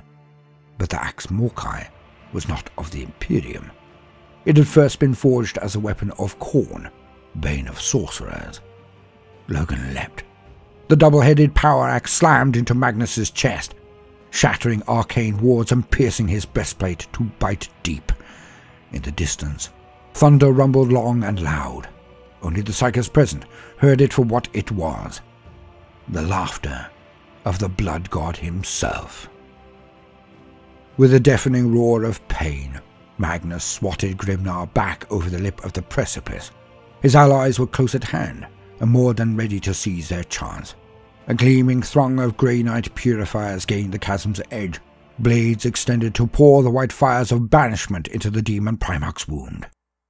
Magnus's arcane aura had been compromised badly, for though he possessed wards against every weapon the Imperium might throw at him, he could not guard against an axe once forged in the name of the Blood God. He lashed out with his immense staff, its blade cutting 9 of the Grey Knights in half at the waist, but it was a blow of spite rather than conquest. The psychic might of the Grey Knights, still ranged against him, poured through the gap torn in his arcane shielding, incandescent in their power as they burned away the demon Primarch's flesh. In moments, he was wreathed head to toe in blazing white flame. For a heartbeat, Magnus glowed brighter than the wolf's eye. The immense energies playing around him turned him from giant to burning supernova. Every Imperial warrior for miles around was blasted backwards to land steaming in the snow. When they got back to their feet, the Thousand Suns, the demonic hordes and their Cyclopean master alike, had vanished from existence. The blazing aftermath. With Magnus's disappearance, a gale of magical energy raced from world to world, snatching away demon and traitor alike. From the viewpoint of a warrior, courage and strength had carried the day, but their lords and masters were not so sure. Had Magnus and his armies truly been defeated? The suspicion that worse was to come hung heavy in the air. Though the Cyclops Magnus had been banished by the Wolf Lords and their allies, the butcher's bill was dizzyingly high. Drifts of corpses laid piled upon the snow as if they had rained from the heavens. The ranks of loyalist and traitor, long riven by ancient strife, they mingled once more in death. Logan Grimnar sat upon the gore-stained sludge, a dozen broken bones making every movement painful as he coughed blood onto the back of his gauntlet. He stood nonetheless, raising the axe Morkai high to glint in the new dawn. A chorus of cheers greeted the act, but it was shockingly thin and weary. In the depths of the Fang, the dreadnought army of Bjorn the Fell-Handed had been brought low by the Pyromancer host. The constant barrage of warp flame had reduced the throng of ancients to a handful of walkers. The smell of cooked and corrupted meat hung thick in the air, for the wolfen of the dungeons had fared even worse, and the Pyromancers had reached their goal, though only 3 were left alive. Bjorn fought on, half-conscious, his sarcophagus slewed away by the fire of the greater demon forms. Then Magnus had departed, and the dreadnoughts found themselves facing not a host, but a minor cabal. The flagstones shook as Bjorn drove his charge home, and the 1,000 Suns were wiped out. All across the Death World, the story was the same. What had seemed to be battles against insurmountable odds soon turned to bloody massacres. Those 1,000 Suns and Zangors, not borne away by Magnus's fall, were left scattered and directionless, easy prey for the vengeful armies of Fenris. Amongst the greatest concentrations of etheric energy, monsters from legend still stalked the land. Gunnar Redmoon and his warriors were assailed by a vast skeletal wolf creature, the colour of dried blood. The living incarnation of their totem conjured from tribal nightmares and sent to slay as many as it could. Its claws were red with Fenrisian blood before the concentrated firepower of Longfang packs and predator squadrons took it down. In the far south, Bjorn's Stormwolf was eaten whole by a Tzeentchian giant. Though the Wolf Lord ripped his way from the beast's abdomen, his face was so scarred by intestinal acid, his raucous laugh was never heard again. The Autoskalds and Quill servitors recorded many a saga over those twilight hours, but a sense of foreboding, not victory, hung in the air. The fires of defiance had guttered and gone still, replaced by the ashen exhaustion of grief. Logan Grimnar knew well what was to come in the aftermath of the Primarch's banishment. He had fought alongside the Grey Knights before, notably during the First War for Armageddon and the last days of Sanctus Reach, and knew their methods were as thorough as they were uncompromising. All those mortals who had witnessed the taint of the demon firsthand were to be processed and destroyed without mercy. For left alone, the seed of that knowledge could eventually bear terrible fruit. In the war for Fenris, countless thousands of native tribesmen had not only set eyes upon the demon hosts, but in some cases fought them directly. The Grey Knights had already begun their dark work, their agents gathering those tribes afflicted by the truth into the bowels of vast bulk lifters. Grimnar's Wolf Lords protested, even came to blows, but this time there was nothing the Great Wolf could do to intervene. To resist the edicts of the Ordo Malleus whilst the eye of the High Lords were upon them would be to risk bringing the entire chapter under censure, and perhaps trigger another civil war just when the hour was darkest, perhaps even damning Fenris to exterminatus alongside its departed brother Midgardia. With a heavy heart, Logan Grimnar gave his seal of approval to the tribesmen's abduction. They were never seen again. The worlds of the Fenris system were plagued by disasters as the aftermath of the Tzeentchian invasion rolled on. Midgardia's demise had shaken every planet and moon in that system, taking a gradual but profound effect upon every neighbouring world. Frostheim had been reduced to a wasteland of bone, its icy mantle melted away to reveal a thick stratum of fossils. There were those who said that under the new moon some of these skeletons came alive, hunting for the blood of those mortals still eking their lives from the osseous wastes. Svelgard, the ocean moon, was evacuated over the course of a long and difficult month. As it passed close to the Wolf's Eye, it was subjected to a barrage from solar storms inducted by Midgardia's demise. Solar flares lashed its surface, turning the once tainted seas to steam. Though barren, it was subsequently resettled. Its sandy isles turned to mountains of glass amidst the hard-baked crust of the seabed. Valdemani, the Wolf Moon, remained a hellish wasteland. It had been the site of a demon ritual of surpassing size, and though it had since been reconsecrated, there were sights of warp geists for weeks. The moon was racked by electrical storms and hurricanes of flesh-stripping intensity, but it rode out the catastrophe, rebuilt by the adepts of the Imperium into an astropathic relay station linked to the choristriums of Terra's warden districts. Though it too was assailed by natural disasters beyond sane measure, Fenris itself remained whole, the infection beneath its crust eventually burning away. The planet, vast and indomitable, had orbited the Wolf's Eye for geological eras uncounted. It would endure, as it always had. For a time, the spawn of chaos frothed and crawled from the fissures and seas, expelled from the natural order as a healthy body expels a splinter. The rune priests, communing with the spirit of the world wolf, were quick to proclaim it whole. Yet from that day on, the relationship with the Dark Angels was more strained than ever before, and the agents of the Ordo Hereticus were frequent guests in the Fang's halls. Some said the monsters that haunted the Fenrisian wilderness had lately been more terrifying than any could recall, and that the dark gods had cast a pall across the death world. But the people of Fenris were warriors born, not given to despair. Over the time, the nightmares of the false Flameheim faded away. By that time, Logan Grimnar and his most trusted warriors were long gone, having received a distressed hymnal of paramount urgency from the fortress world of Cadia, one that hinted at the presence of multiple demon primarchs, including Magnus. The Wolf Lords had mustered once more around the Grand Annales. Lord Grimnar had changed since the death of Egil Ironwolf and his duel with the Crimson King. Now the same light glinted in his eyes as in that of his mentor, Ulrich the Slayer.